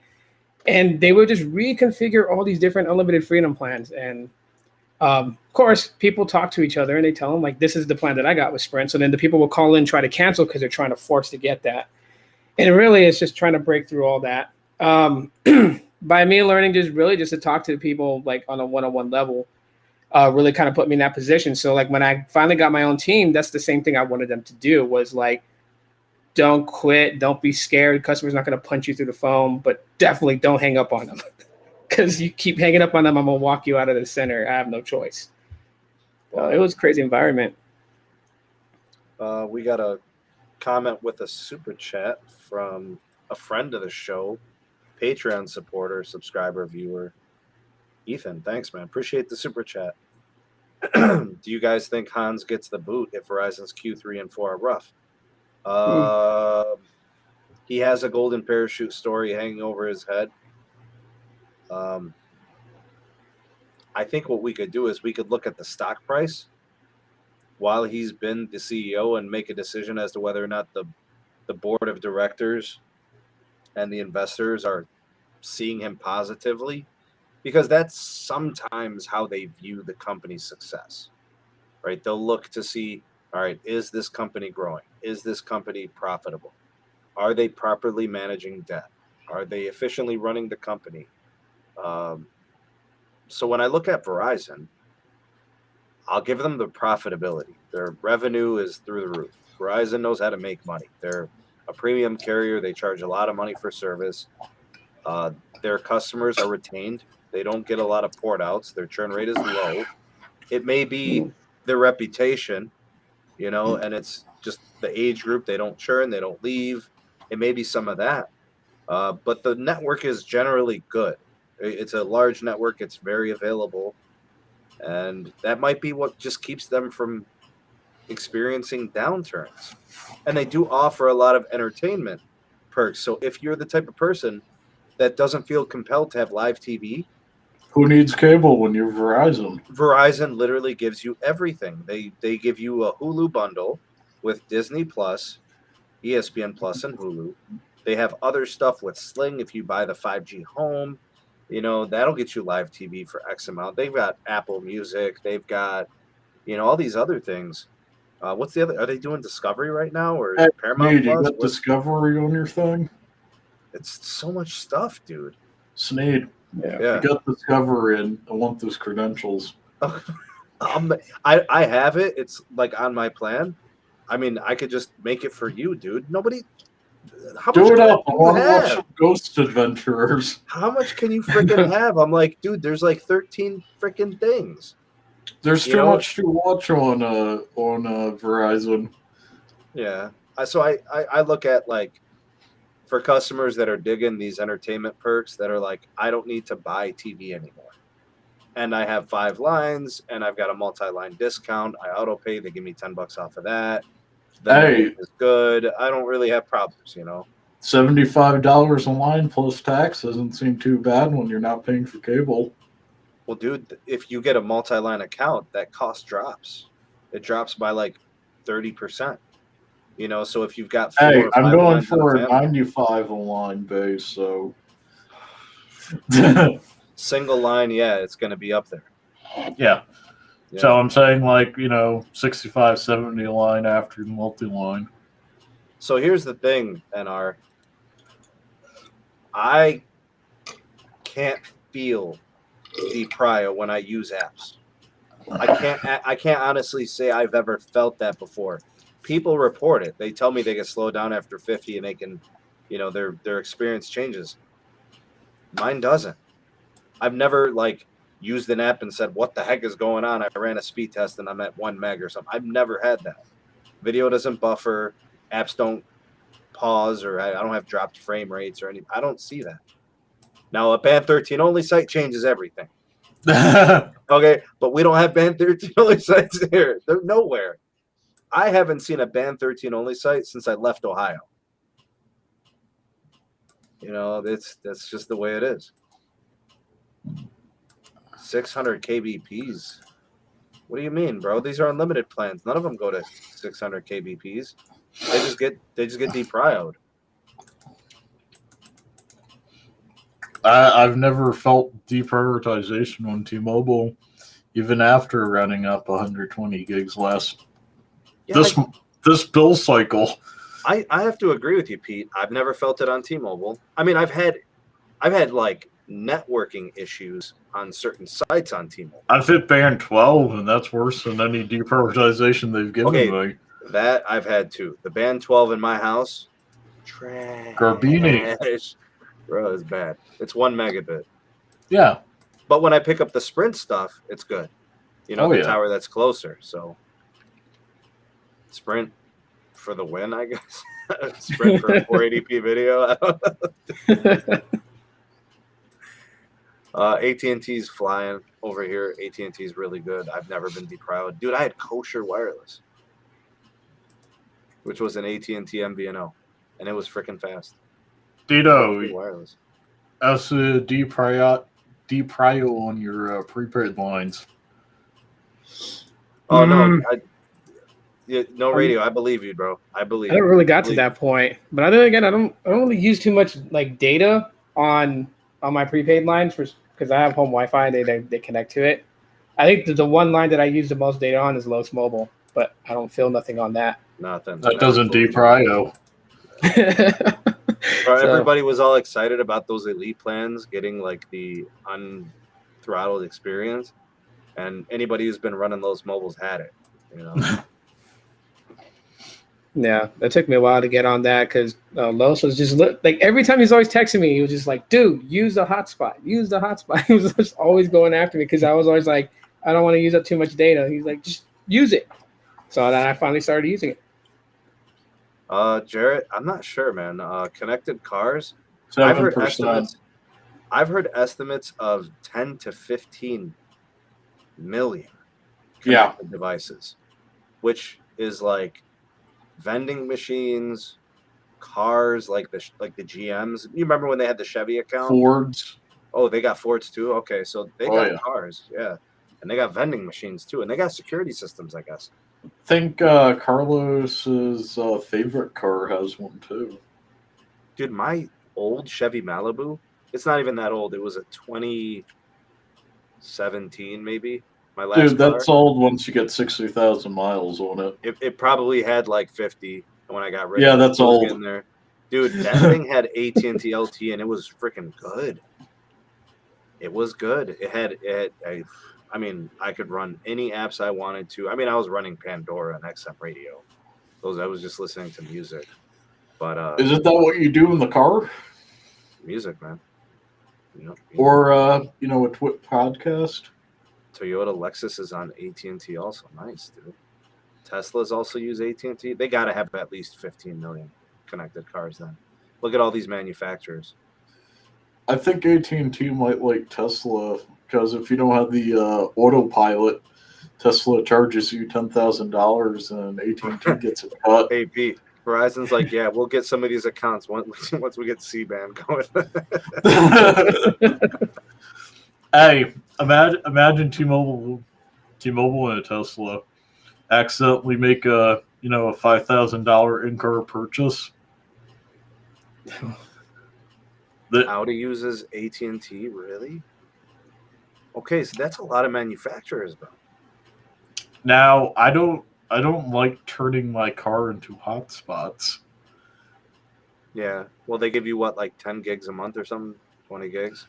Yeah, 10, 20 gigs for $25. And No, I was getting it for free. I wasn't paying, dude. you have a maybe it promo expired. period. Yeah. Once it expired, I was not going to renew. But, everybody in my car, most of the places I go, already have good enough cell service. Why would I turn mine into a hotspot? All right, my good people, you need to hear this. Jared brings up an excellent point. I'm going to tell you why the AT&T network is always going to be fast.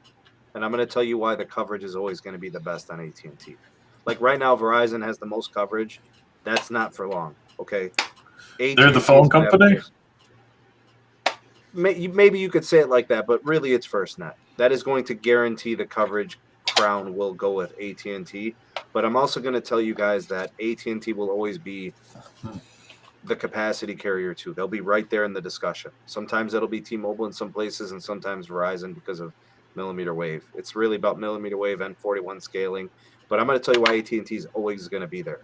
And it's because of what Pete just said. They're the phone company, meaning fiber. They will run their own fiber to their sites. They are the owners and the operators of said fiber. And because of that, they will always do their networking proper. And they have good engineering, and they have all the technicians, and they have manpower, woman power, whatever. They literally are the company that owns their successful assets. T-Mobile's disadvantage is the fact that they don't own and operate their fiber. Also, AT&T has another advantage. They're able to borrow money at a pornographically low rate. Verizon too. Yeah. Verizon too. That matters. They are both so AT&T is one of the oldest companies in the country. They date back to the 1800s. I don't know if people know that out there. And then Verizon is a spinoff of Ma Bell. So the credit's good. Most of their loans are between 0 and 1% interest. Yeah. It is literally cheaper to take out the loan and build than it is not to take out the loan and build. Pete, you remember how we used to talk about this, man, and what T-Mobile was always going to be up against. Remember we talked about the Sprint, how they were in Best Buys, but T-Mobile wasn't? Hey, I thought that was a problem. T-Mobile's in Best Buy. Okay, so you remember we talked about these things. Oh, yeah. And then we talked about other things involving enterprise. And you acknowledged it. I brought it up. You agreed. All the mentions of enterprise and 5G private networking was going to Verizon. And I was concerned because T-Mobile didn't kick any doors down yet.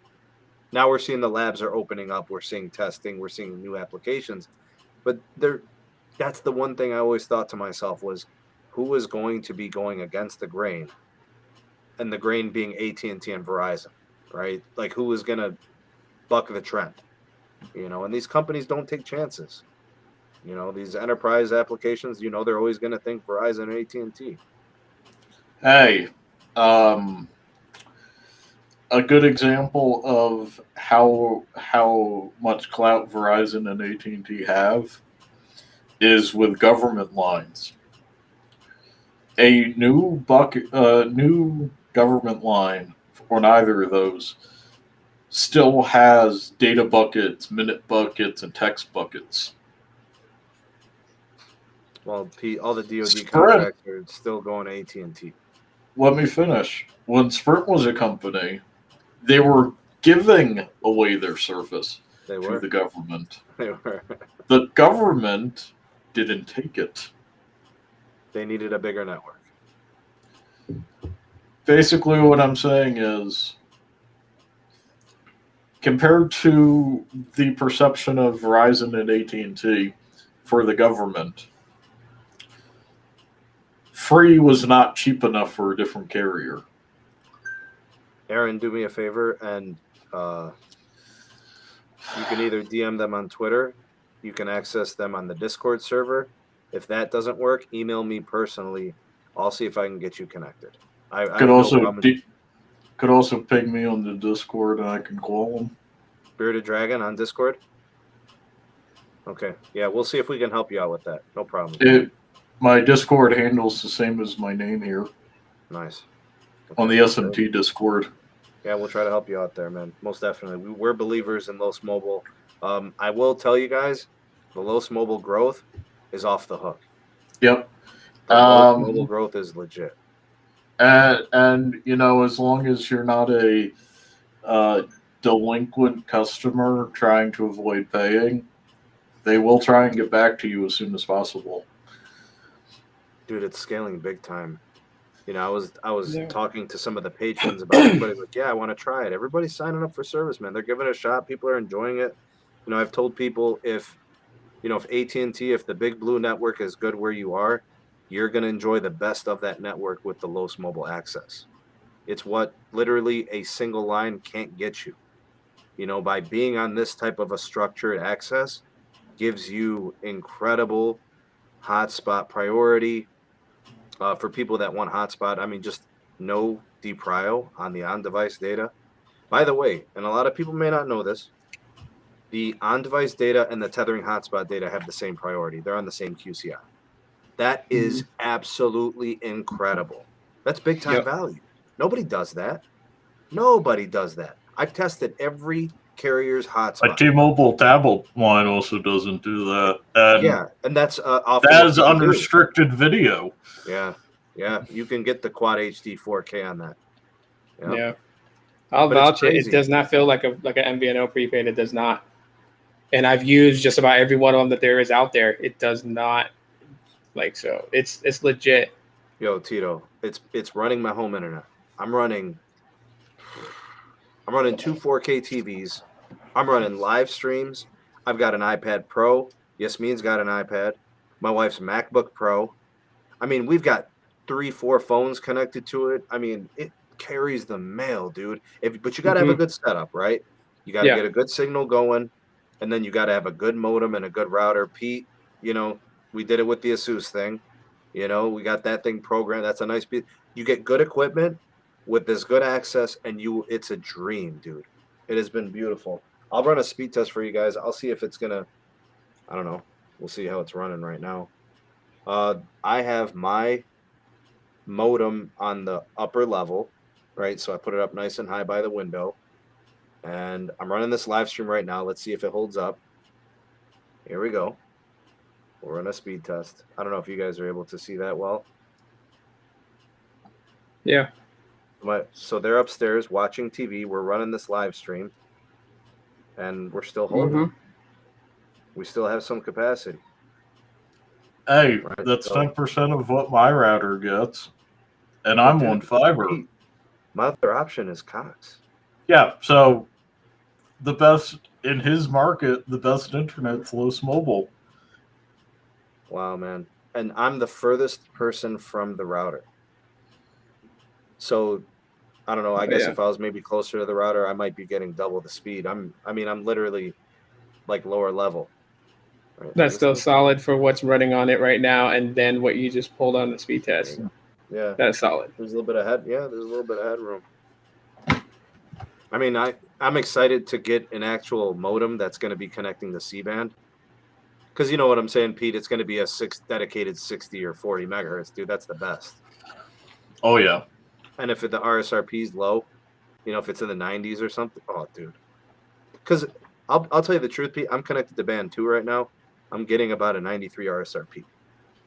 The Sinar is probably 18, 16. The RSRQ is probably -10, -12. Right? It's not perfect. Right? It's not super clean.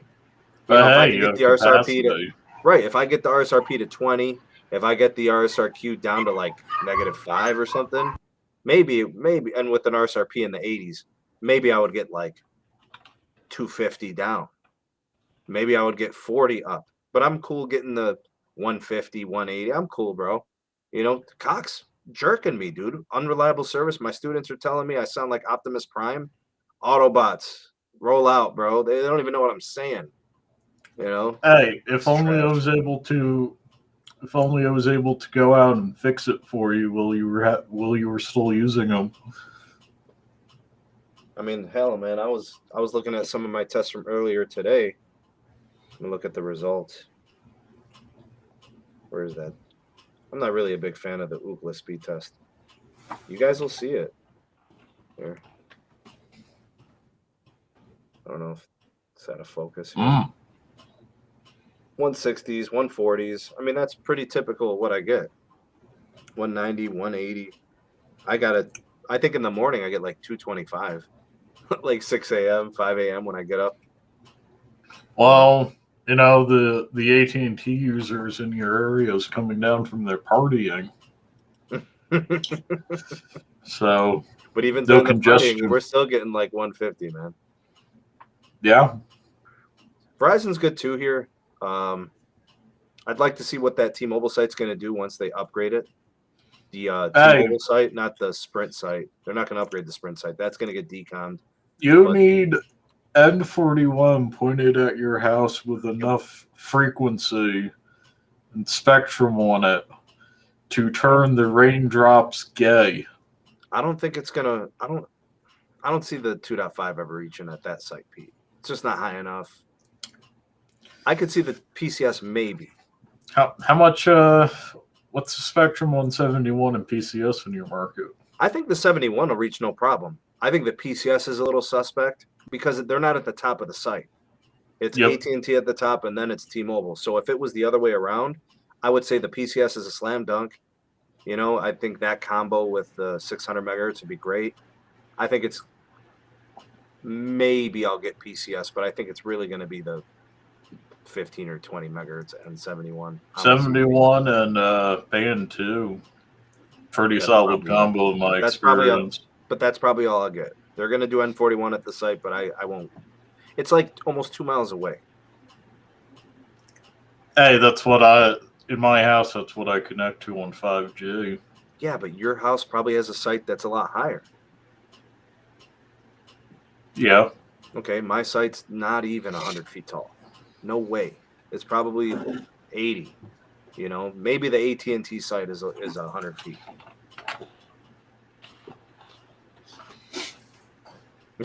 Yeah, the Ookla app is not great, bro. It's since they sent that update for that video test, it's not very reliable. I have to force close it and retest all the time. You guys notice that? So, I've noticed my open signal and even the Google speed test just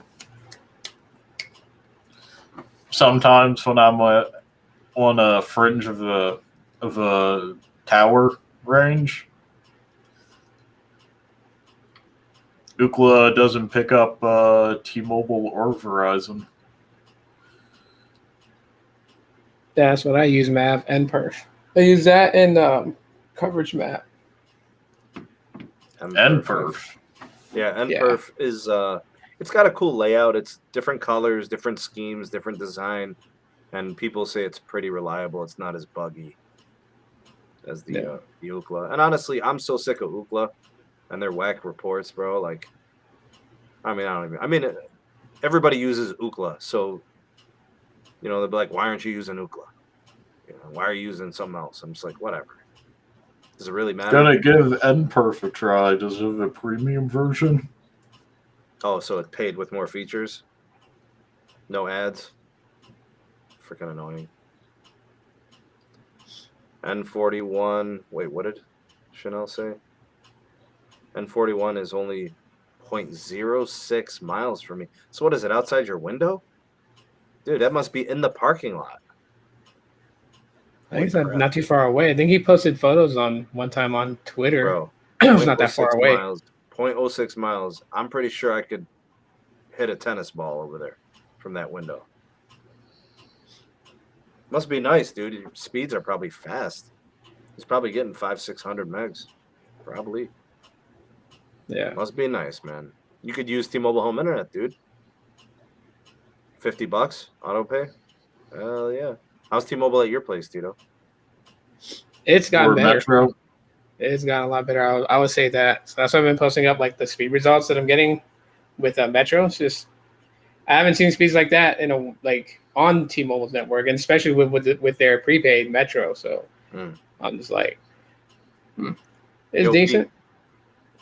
That's got me thinking, because I was asking Tito maybe he could try the T-Mobile Home Internet if he wanted to skip a month of whatever he's using. You still using Cox?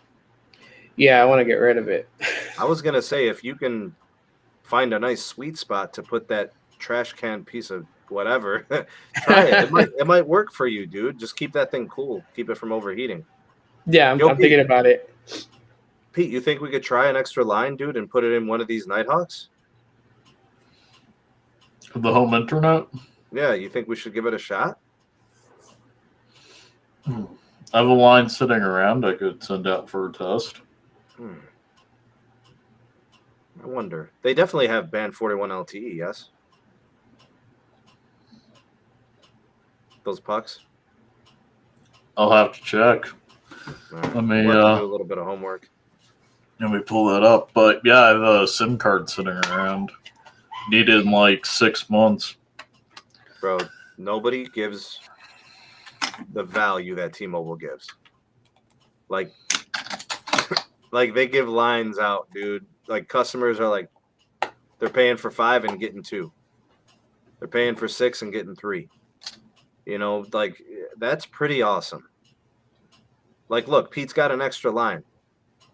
And I could do testing with it. That's Verizon ain't doing that stuff, man. They ain't giving nobody nothing. AT&T ain't giving nobody nothing, man. T-Mobile's like, yeah, dude, we don't want to lose you. This is a retention play.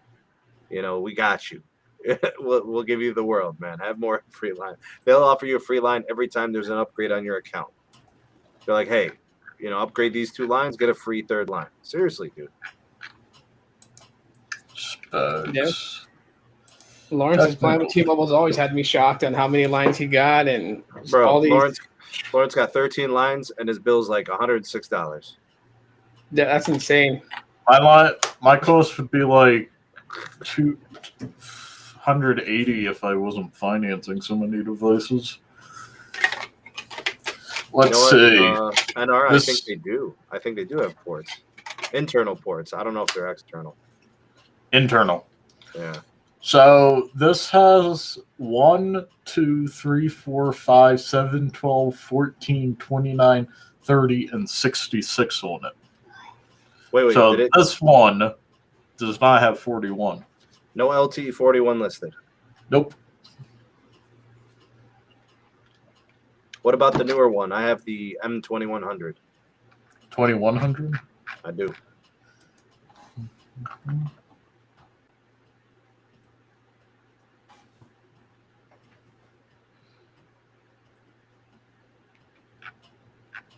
Check the spec sheet, see if it's got LTE 41. Because I don't have that up right now. Still beats the weekly wireline outages, hitting that button twice as fast.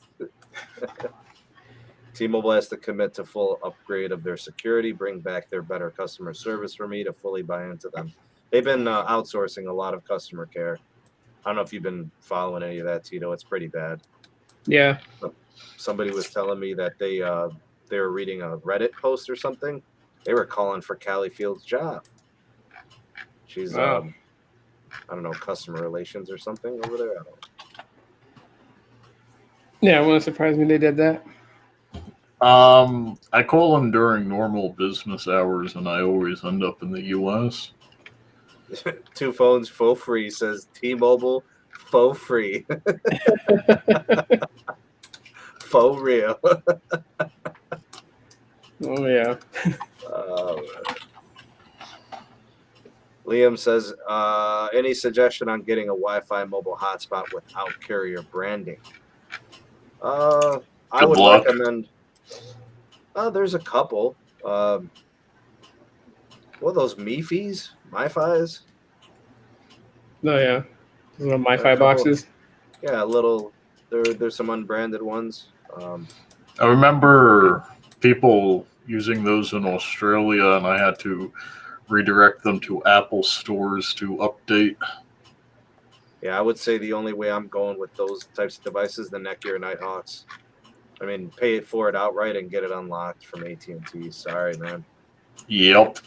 It sucks, man. Why don't these companies make some unlocked, universal bands? N48, right, Pete? And 48. T-Mobile voice line works in Nighthawk. My Nighthawk. Am I? Oh, well, the problem, Brian, is if I can't get band 41, it's not going to be fast. I'm going to be on like 20 megabits on band 25 and 3 megahertz of band 26. Yeah, what am I going to do with that? Make some calls? Stop it, Pete. I know what you're going to say. That Canadian guard band. I know, dude. Hey, I actually bonded with a professor over that one. You told him about my situation with the lake? Yeah, and he's like, yeah. He also told me I was spot on. I hate that you're spot on, dude, because I'm- a 3 megahertz channel is basically useless. It is, except for blocking Canadians. It doesn't stop the Canada geese, dude. They're everywhere, dropping dookie everywhere. Sneed, geese are communist. They know no borders. You know their political affiliations? Hey, it's where they can get food. That's where they're going.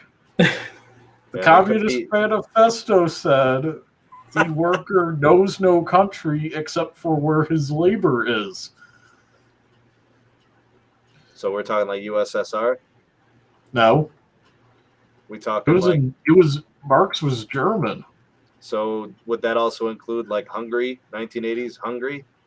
Oh. Those were totalitarian. Oh, man. What do you guys got? anything else for the good of the order? I'm pulling up 2.5 hours. supported LTE bands for your Nighthawk. 700, 900, 1800, 2100, and 2600. That doesn't help. Not at all, bro. Not at all. Well, it looks like Los Mobile is staying in there. No testing required. I do have this thing. Actually, Pete, look up this one for me. Maybe I could use this one because it's just laying around. How about the what model is this? I used to put Visible in this one. It used to work pretty good. The MiFi 7730L.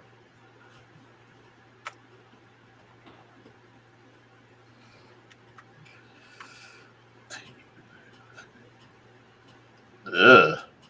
It's a Verizon jetpack for one. So Yeah, but what if it has LT band 41? Good call on the Visible. This thing's been dead for like 8 months, man. I wonder if it even charges. I should do a giveaway. Somebody could use this with Visible. It's a USB-C charge. It's got antenna ports. somebody might be able to use this. Hey, you can buy an antenna for $20 on that too. Dude, they're even cheaper than that. I've seen some ones on Amazon. They're like $11. I clicked on the Amazon for that. Your Verizon Jetpack MiFi 7730L operates on these frequency bands: LTE 3, 4, 5, 7, 13, 20, 28, 66. Wow. Yeah, so they operate perfect on band 13. What you get when you're on deprioritized data. Band 13 only. Wait, you get PCS and AWS on those too. If you're lucky. Ah, man. We got tower sites every mile over here, dude. We'll be good. What's this? Hey, panel, is it possible to do the T-Mobile test drive every month using your iPhones? If so, you would need to create a new Apple ID and affiliate it with a new iCloud account every time you want to re-up it. Theoretically possible, but if T-Mobile's that good in your area, consider buying their service. Pay for it and get like legit access. Yeah. And but you got to remember, look at this dude's name, bro. yeah. Faux free. All right. I mean, faux He's show. gonna milk it. If you want to be on T-Mobile for a year and can set up 12 different iClouds and can keep it straight, do it. But if it's that good, pay for it. Mm-hmm. Yeah, It's a that's test true. drive for a reason. I mean, I've been testing Verizon and T-Mobile around Colorado. They're competitive with where I've traveled with service and data, and the Verizon line would cost me an extra moving everything to Verizon would cost me an extra $200, $250 a month. No, they ain't gonna match your value you got with T-Mobile. No way. Not even close. You'll be paying double, dude. This is me only doing the paid lines. Yeah, you wouldn't even do the free ones anymore. No. Nah. Telling you, man, Lawrence is paying like $106 for like 38 lines, bro. Hey, I'm happy. I'm happy with my 15 lines for like $240. Considering before Sneezer got a line, it was paying $240 for less. My Verizon bill is well, now I got the home internet on there too, so $280 after taxes. But yeah, I was paying $240. Yeah. Then they added a line for Sneed and the wife. Got Netflix on us, unlimited data, little less hotspot. Ended up paying same price. That's a slam dunk, man.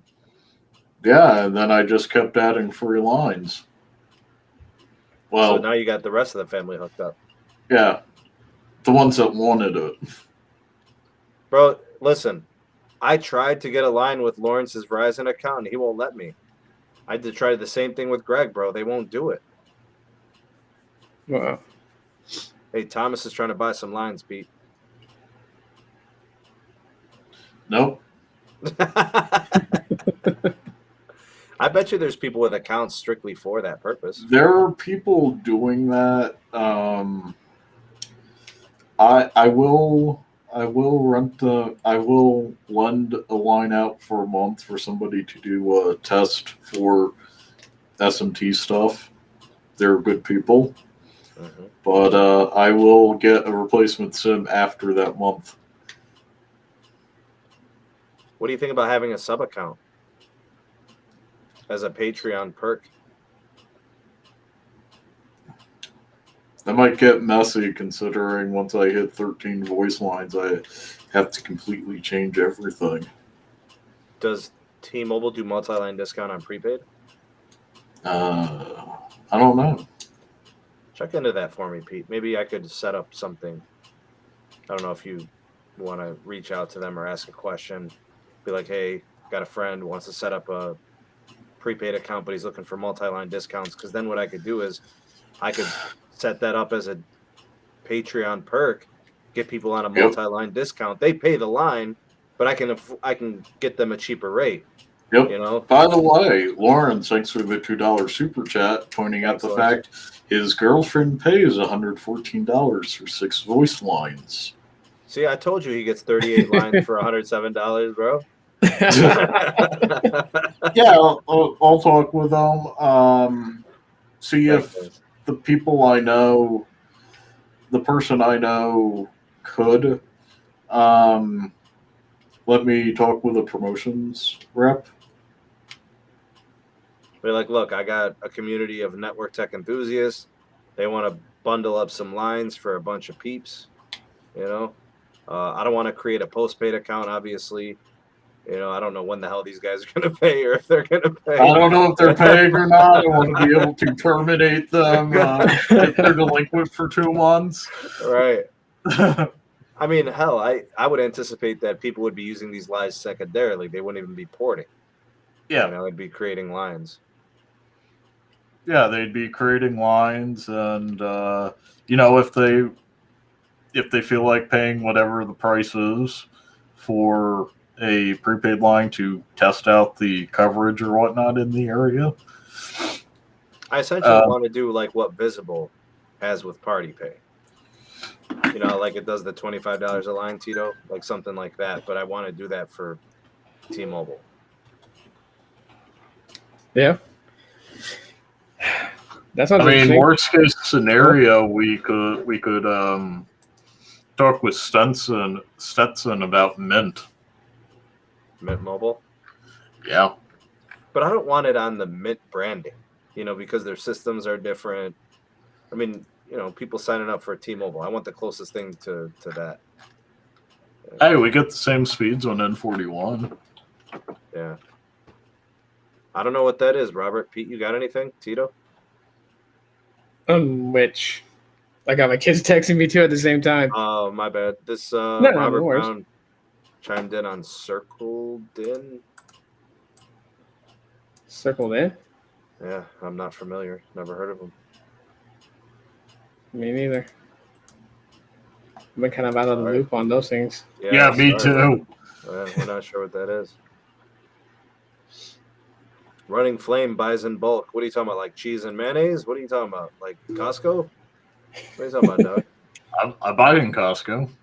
You get the ginormous mayonnaise? No, I get the ginormous tofu. The tofu. Oh, man. Yeah. P, you on that soys? Only sometimes. I cook for vegetarians a lot. Nice. What about the ravioli gang, bro? So the current, if I go prepaid, the current thing is only discounts up to 5 lines. Okay. So we might have to talk to him about, like, see if Carlos can talk to him about doing a enterprise type reseller like Los Mobile. Los Mobile to T-Mobile? Yep. We got a Los Mobile Verizon too, and Los Toast Mobile. Toast Mobile. TOS. Hey. But Pete, what you think we'll ever Los Mobile Dish? I don't think it will be available in enough markets to be worth it. It would be back on Los Mobile because it's going to be on AT&T. Or T-Mobile. You might be on Los or Toast Mobile. Wait, there's a Vos Mobile? Voss? Vos? Vox? I think there was something back in the day. Somebody was telling me to look at something once. I'm just like what is that? Los Mobile on Verizon. Vos Mobile? Yeah, we got to get in there, man. People want the coverage. Yeah. You know. Here in Canada, Rogers, I think, has a max of 12 line. After that, you must convert to a business account. It's like that, too, with T-Mobile in the U.S. If you're 13 or above, they want you on a business account. But they stop giving you discounts per line at that point. and every line starting on the 13th includes taxes. You know how to pronounce this, Pete? No. Security. You got to keep it secure. Top flight. Top flight security of the world, Craig. No lie. When you put that many vowels next to each other, my brain goes, I don't get these phonemes. Security. We got Toast So- Mobile, Post Mobile, Los Mobile, and Dose Mobile. No. It will be FOS Mobile, FOS. For fire. Fine. Oh my God. All right, let me do some shout outs real quick. Moderators, if I can get a link to Tito's channel, please. Let's get that in the live chat. Tito, thank you for coming on. Let's get that link up there. Everybody do me a favor. One of the biggest supporters of the SMT Nation, the SMT YouTube channel, supporter of me, Tito. Pleasure. Thank you, man. We're glad to have you. We're glad you could be here tonight, man. Thank you. Yeah, thanks for having me on. I'm like, oh, I gotta take some medicine after this.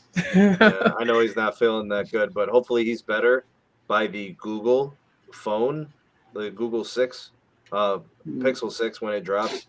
We're definitely going to be doing a live stream together, man, celebrating these phones. Yeah, And, definitely. Pete's a Google guy too, so we'll get him on.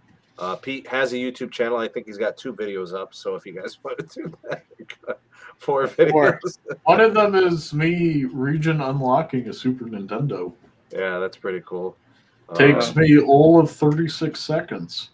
Pete, do you have an inventory of who had super chats today? No, since I came in an hour late. Okay. So big shout out to everybody who had super chats and offered donos to the channel. Thank you for that. Sorry for missing it. I quote 2 from Lawrence.